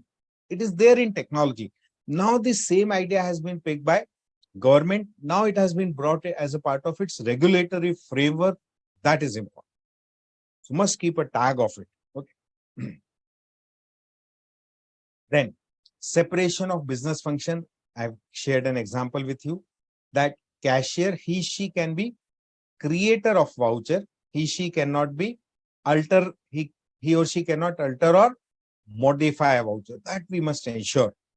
Then balancing of processing total. So credit and debit must always tally. In fact, you are lucky because the period that you are doing articleship or you are going to do your articleship, the accounting software itself ensures that each transaction has double impact. So there is a debit account and there is a credit account. The period we did our articleship, exactly 30 years back, I started my articleship. So that time, when initial years of our articleship, we had most of the clients were not using computer. So they were using cash book and ledger, manual cash book and ledger. So trial balance had to be created manually. One of the most critical job in the first 2 years of my articleship, of the 4 years, first 2 years of my articleship, was to ensure that the trial balance that is generated from manual ledgers, cash book and ledgers is a tallied trial balance. The debit side tallies with the credit side. If we were able to do that, most of our job was considered as done, as articles, that is. So balancing of processing total. Then transaction log, list of transaction. Again, wherever you find this transaction log, audit log, edit log, keep a tag of it, because all this is what part of Ministry of Corporate Affairs circular for companies. Log of transaction. Next is very important, error reporting. Error reporting means when you are processing a transaction, there must be some error that has come during that processing. So that tagging has to be there. Very important. And exception reporting. Exception reporting means where a transaction is not as per the basic business rules. Say, for example, an advance received from customer. See, generally, you sell your product and customer makes a payment. So if you look for debtor scrutiny, if you go for debtor scrutiny, looking to the debtor's ledger and system, first you will find a debit entry, that is your sale transaction, and then you will find a credit entry that the payment has been received from your customer. But few businesses may have like monopoly like, or from few customers, because the risk of non-payment is high. So what you do, you change your policy. You tell to that customer, we will supply you the goods, but you have to make an advance payment. So when you have an advance payment from the customer's domain, the customer's basic nature in your books is debit. But as soon as you receive an advance payment, the customer's balance becomes credit. That becomes an exception. So you must be able to track exceptions as they occur in system. Very, very important. This slide is very important. Any questions, clarifications you seek on this slide. Please put it. Okay.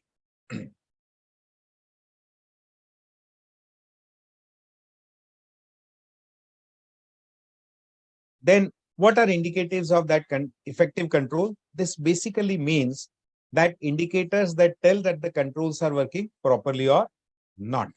Let us read through them.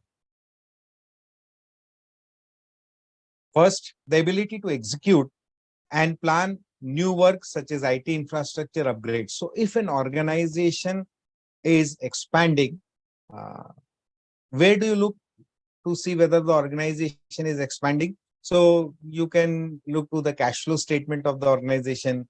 You can look to the fixed asset schedule of the organization. You can look whether the cash that is being invested, whether it is being invested in assets. So additional assets is being acquired, additional infrastructure is being acquired. That means the organization is expanding. So if an organization is expanding, it basically means that the present status things are in reasonable control. See, we have already learned that there will be nothing like 100% control. But a good control is an indicative. That indication comes that if organization is expanding, that means the present things are within control. That is. Then required to support new products and services. So if again expanding, now they are not physically expanding, but they are adding new products to their product portfolio. The example of the grocery seller in my hometown, snack seller, they realize that people, because they are under lockdown, they will not only need snacks, they will need breads and biscuits and cookies and bread toast and some very important spices also. So they enhance their product range. Good. So if you're enhancing the product range, that is also an indicator that whatever you are doing right now, it is well within your control. Now you are going for expansion. Then development projects that are delivered on time and within budget, perfect, resulting in cost-effective, better product service offerings compared to competitor. Now, I have a very good live example. I'll not name the company because we are online, but I'll try to tell you the figures. Okay, just get into the idea behind it. And then you will have to apply your financial management and that payback period and internal rate of return and positive net present value. All these concepts we are going to learn on this. I'll just give you a very simple example. You have to answer in the chat. Okay. So the company that I'm talking about, it was investing in a big expansion, increasing their, say, processing capability. So suppose whatever product I am doing, my present processing capability is, say, 1 lakh metric ton per month. So I'm processing 1 lakh metric ton per month. So I expand to increase this processing capability from 1 lakh to 1,50,000 per month. Okay. This 50,000 additional metric tons that I'm going to process per month is going to add 500 crores to my profitability. The 50,000 tons that I'm going to process every month will add 500 crores to my profitability. To enhance my capability of processing 50,000 metric tons additional per month, I have gone for an expansion. My expansion cost is 10,000 crores. It's a big project. So I'm putting the values again to you. So I'm expanding my business, investing 10,000 crores. When I expand this 10,000 crore business, it is going to add 500 crores to my bottom line. It is going to increase my profitability by 500 crores per month. So on a simple calculation, you know what I've shared. Now this company, the project managers, they manage this whole expansion so well that the total duration of expansion was 3 years. ये सारा काम 3 साल में होता है expansion का. They were able to do the same in 2.5 years. So the 36 months that were required for expanding were reduced to 30 months. Can you tell the effect of it? The expansion needed 10,000 crores. After the expansion completed, 500 crores to bottom line additional profit. The total expansion period was 36 months, but brought a much better technology project management tools being used. The expansion was completed within 30 months. What is the impact? Try to answer. Then once you answer, we'll come to this point again. Okay. So if controls are effective, then you are able to allocate resource also predictably. Where you want to take your resources. हम हमारे resource को कहाँ लगाना चाहते हैं. But I expect that answer here only so that we can close the discussion of this slide here.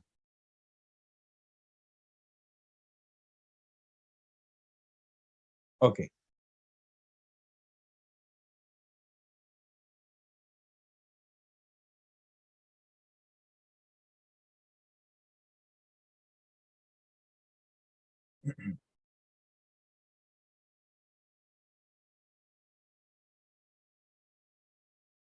So let me do it.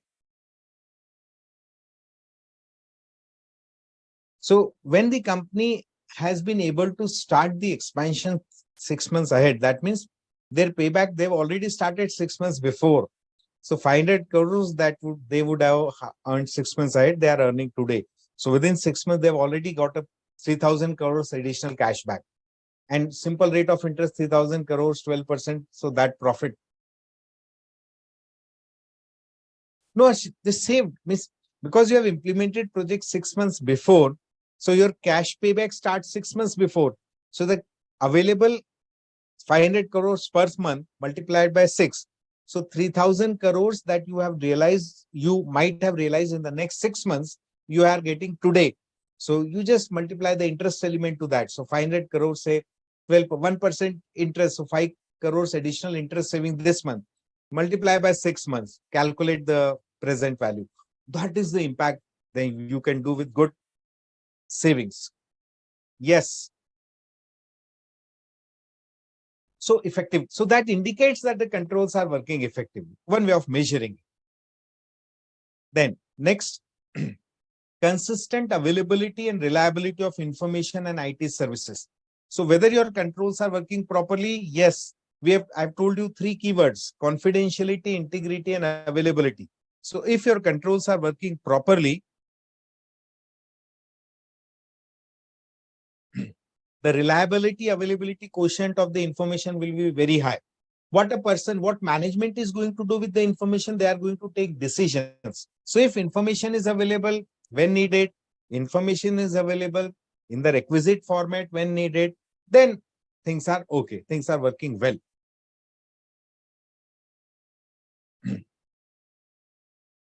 Clear communication to management of key indicators of effective controls. Perfect. Controls are working well. The ability to protect against new vulnerabilities and threats are again very important. See, because your present controls are working good, the risk is in a managed state. There may be surprises, but the amount of surprises have been narrowed down. Good. So if a new vulnerability comes, a new threat comes, every month, hundreds of new viruses are being created. So a new threat is being generated, a new threat is being created. Because your present system is well within your control, you will be able to manage the new threat very well. You will be assess new threats very well. The efficient use of computer system helped us, great.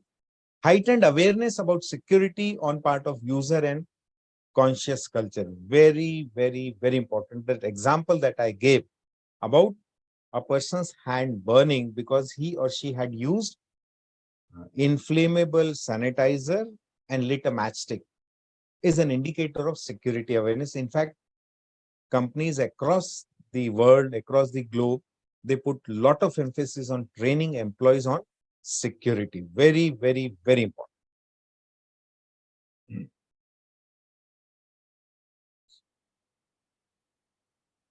Then, framework for internal controls as per the standards on auditing. Let us read. So now SA 315 comes.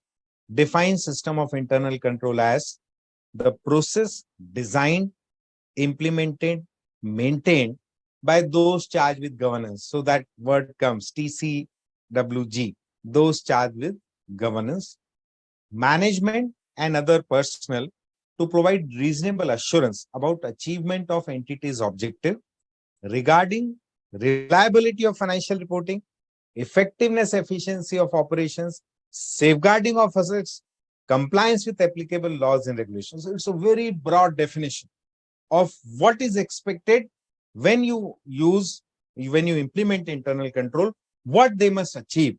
So it is basically the whole organization objectives are built into this one aspect, one definition.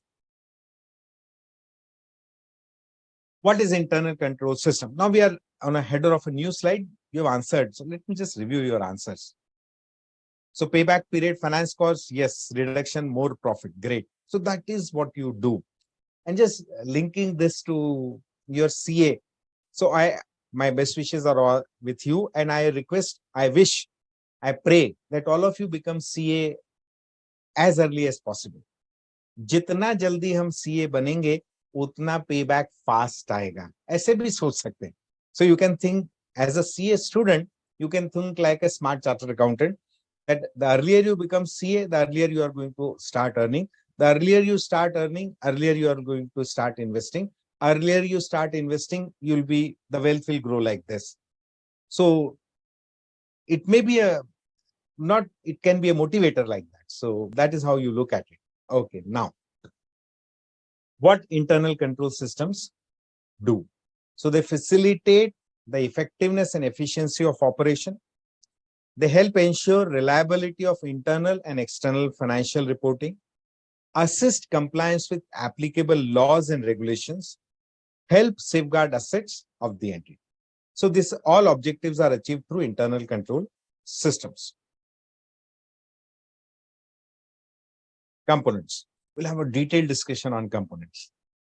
Control environment, risk assessment, control activity, information and communication, and monitoring of control. So we'll take each one by one.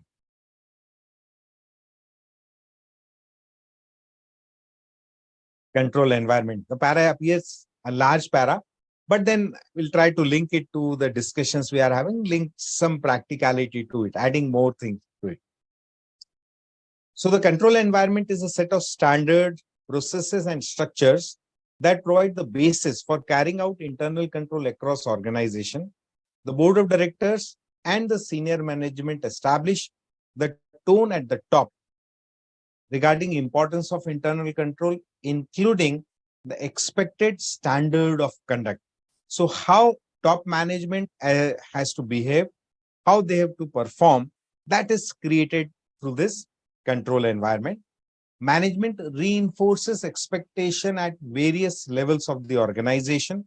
The control environment comprises the integrity, ethical values within the organization, the parameters enabling the board of directors to carry out its governance responsibilities, the organizational structure, assignment of authority responsibility, the process of attracting, developing, retaining competent individuals, and rigor around performance measures, incentives and rewards to drive accountability for performance.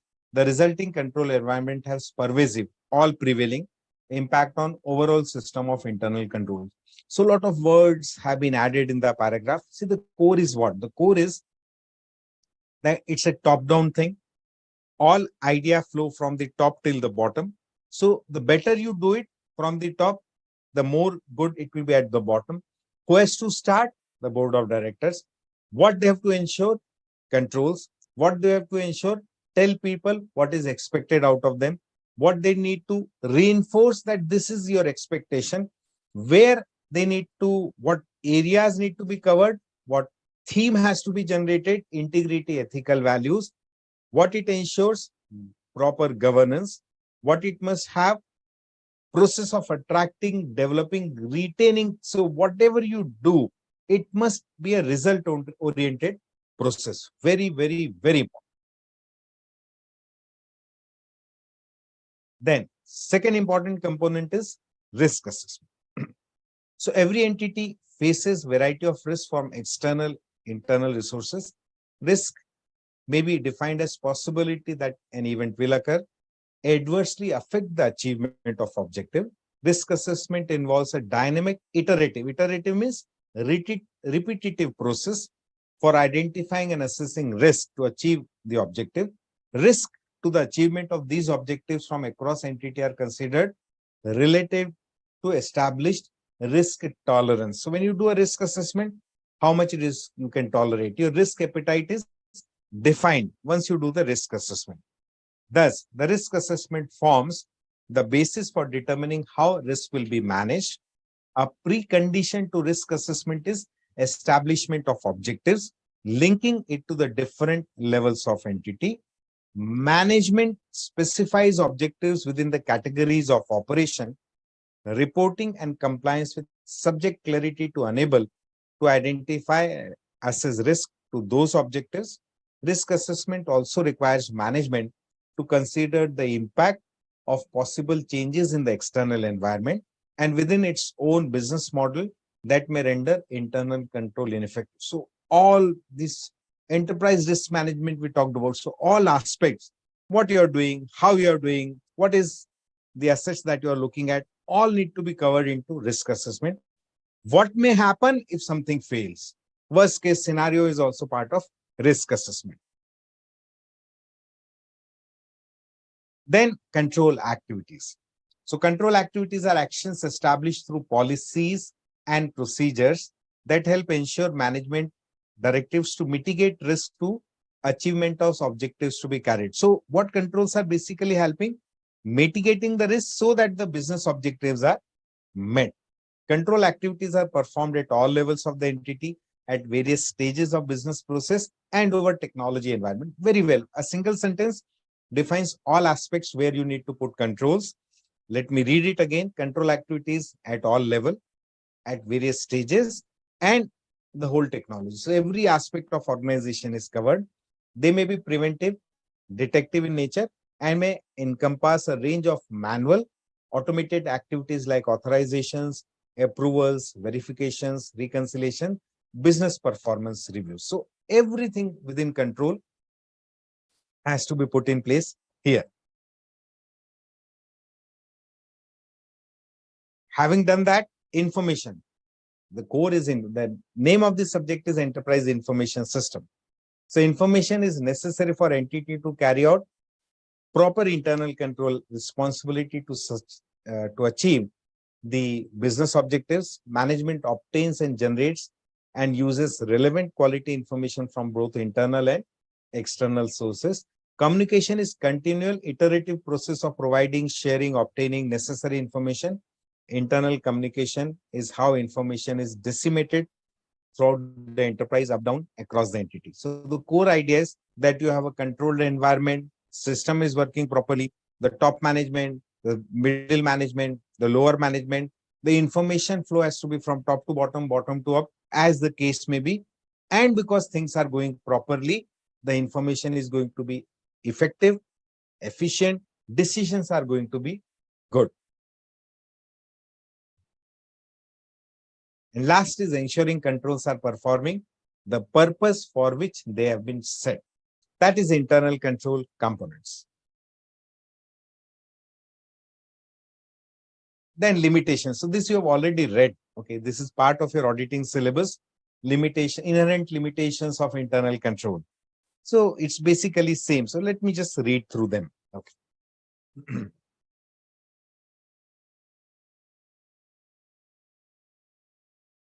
So internal control systems are subject to some certain inherent limitations, such as management consideration that internal control need to be cost effective.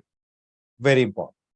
So like we talked about password and biometric. So you all answered biometric is more secure, but then biometric has more cost.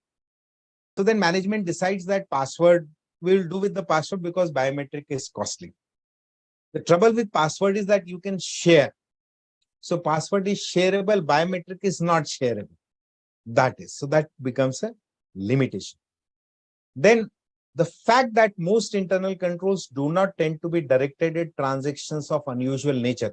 See, the issue with internal control is you can control the activity that you know can happen. You cannot control an activity that you don't know about. The best example we discussed was the attack on World Trade Center. When that happened 20 years back, it was the first of its kind event. No one realized the intensity of that, but because it was unusual. But now, because it has happened, it has been brought as a usual event, and now control has been put in place that we have already shared, that now all high-rise buildings have been defined as no fly zone. All high-rise buildings are now no fly zone. Very important. Then third is possibility of circumvention of internal controls through collusion between employees of a entity. So collusion is a risk. People can collude to do away with controls. Possibility that a person responsible for exercising an internal control could abuse. So person who is responsible, he or she himself does not abide by the control. For example, a member of management may override a decided control. That is manipulation by management with respect to transactions or estimates and judgment required for preparation of financial statement. This is a pure accounting issue. You have read in your accounts, you have read in your auditing. This is what is called as a management fraud. This is a question. I don't know whether you have gone through the question. The question that is there, employee fraud and management fraud. Which of the two is more difficult to detect by the auditor? Try to answer. Management fraud and employee fraud. Which of the two is more difficult to detect by the auditor? Your answer can be management fraud or your answer can be employee fraud. Just try to answer that. Okay. So that is manipulation by management.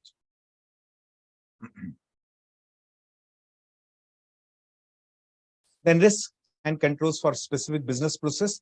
This topic we are going to take, but before that we need to go about the next topic. Yes, that is this will be taking day after tomorrow. Right now we are taking this one, diagrammatic representation of business processes flowchart. Okay. So this is from the module. Flowchart is what? So flowchart is basically defining an activity by using diagrams. That is flowcharts. So in your module, this has been given, and you have to remember the symbols. So I've taken it from the module itself.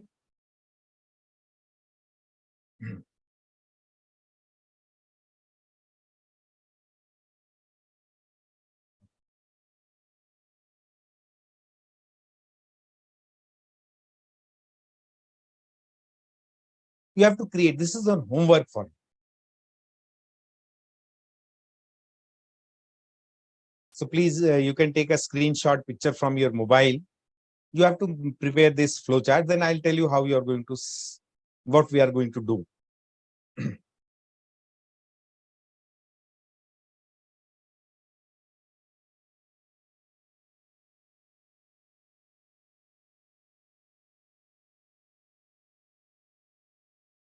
So I understand you have taken the screenshots. Okay. So you prepare these flowcharts.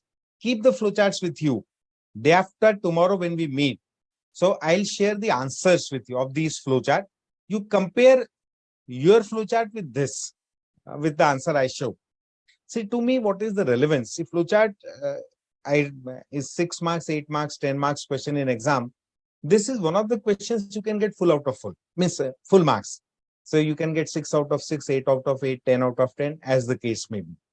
So it's a very like a mathematics question in EIS. So try to, diagrammatic flow of events.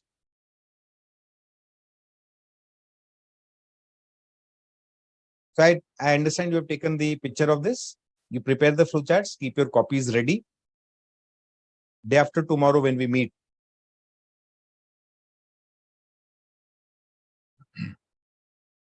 I'll share the answers.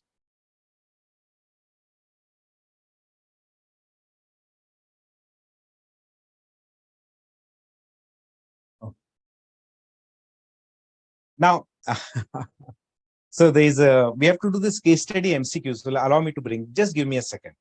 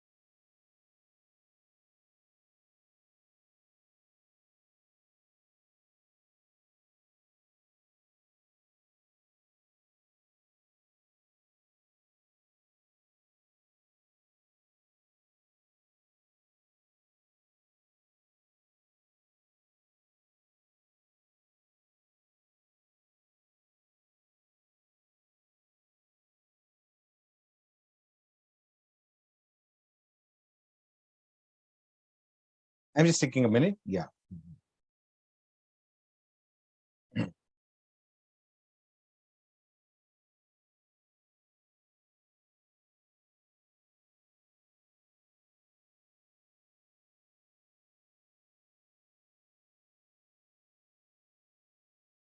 Okay. Yeah.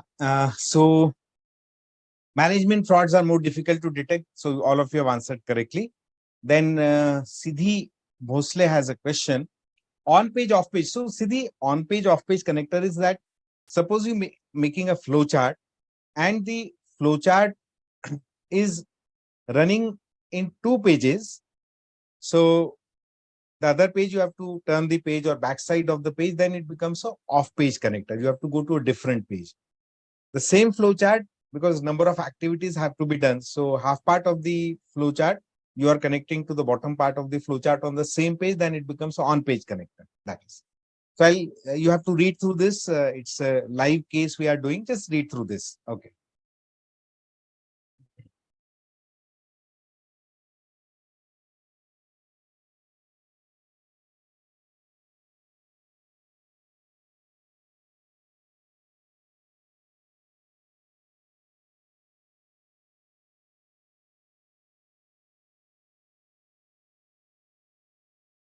So I'll run through this fast. Grocery stores, medical shops, such stores have been able to survive lockdown. And in most cases, they have expanded their business. A grocery store owner is facing issue due to lockdown restriction. Stores in city can only be open for 4 hours. So that example I shared with you on a single day. The owner decides to, due to this store owner is not able to attend, but then he goes for an online order booking app. Then rest you can go through link to payment gateway and all those things.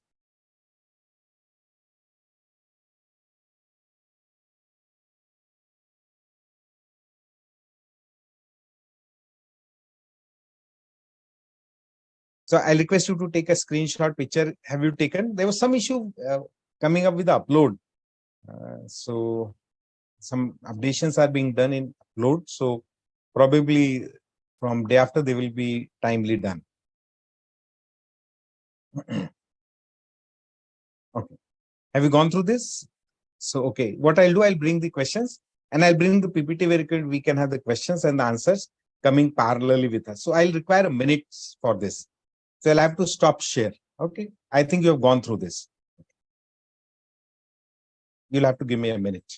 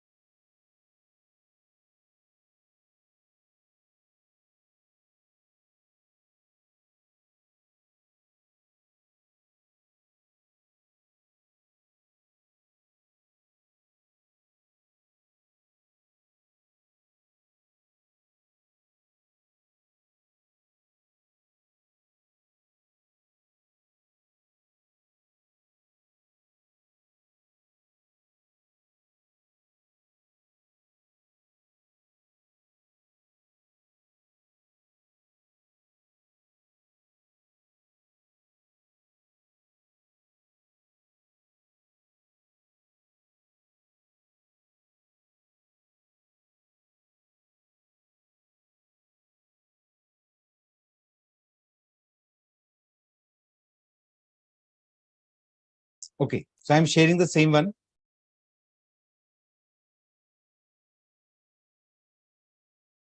So you have gone through now, the questions are coming. So you have to answer.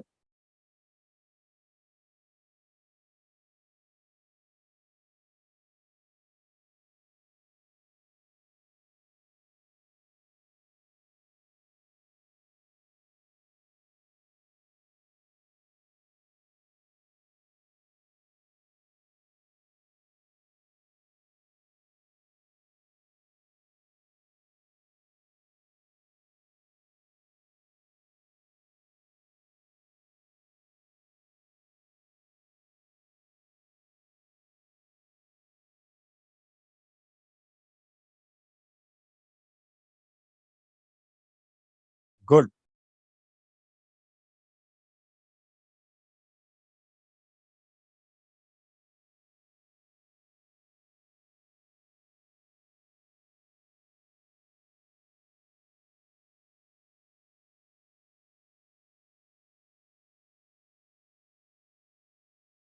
Second question.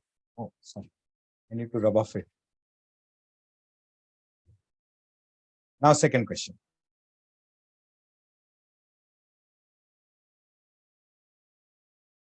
Yes. First, you have all answered correctly.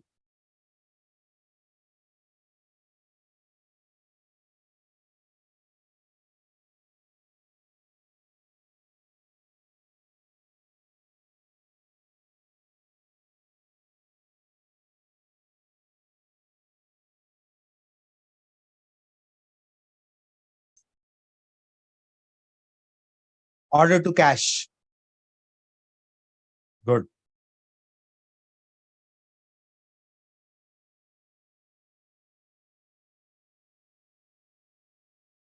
Hard.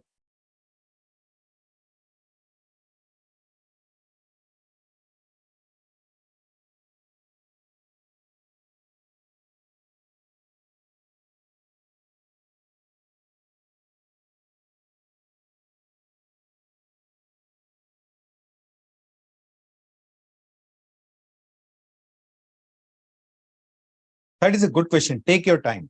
No hurry. Again, with your permission, extension of 5 to 10 minutes.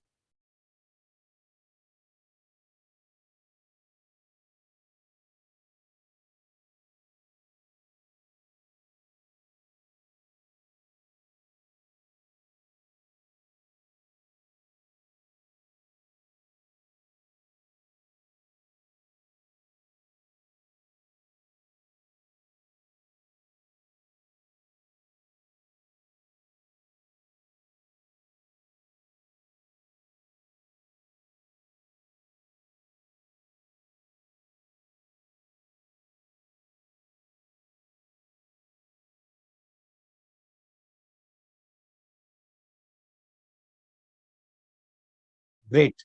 So we have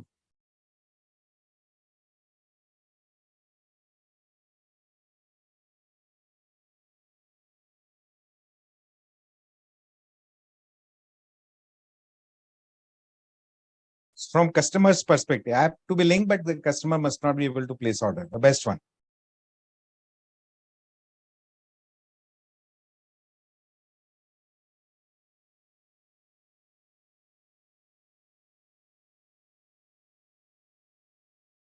Fourth.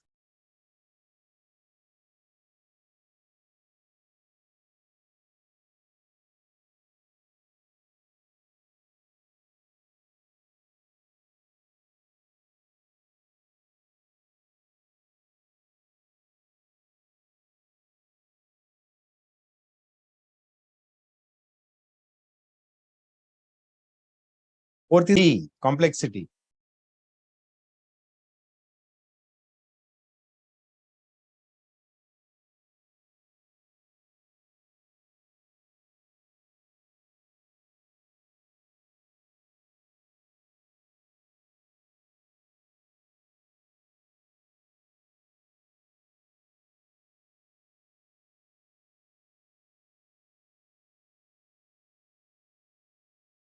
Fifth.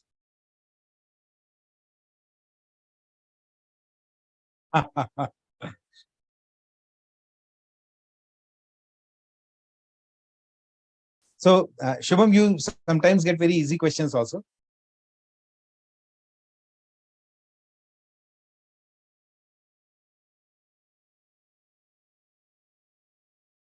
So, fifth question is basically testing your awareness.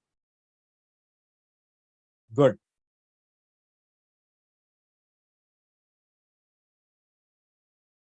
Okay.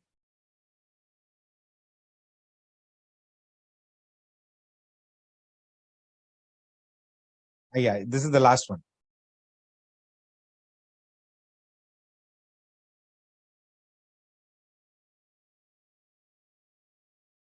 Now, the customer order, you are at the receiver's end. Huh? Now you see.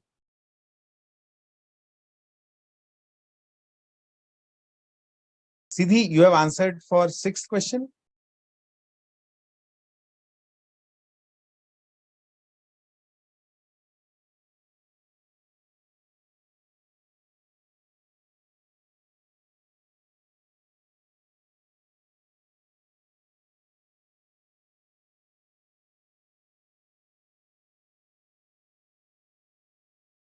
Yeah. So, good. So that is for today. So again, a homework for you for day after. You will prepare those 3 flow charts and then I'll show you the answers and then we'll compare. So we'll meet. Yeah. So let us see. Good. Fifth question. Yes, Siddhi, your answer was correct. Great. So today's chat score is 275. Good. So we'll meet day after tomorrow with your answers on flowchart. Thank you. Any query before we wind up? Just any query you have from whatever we have talked about today?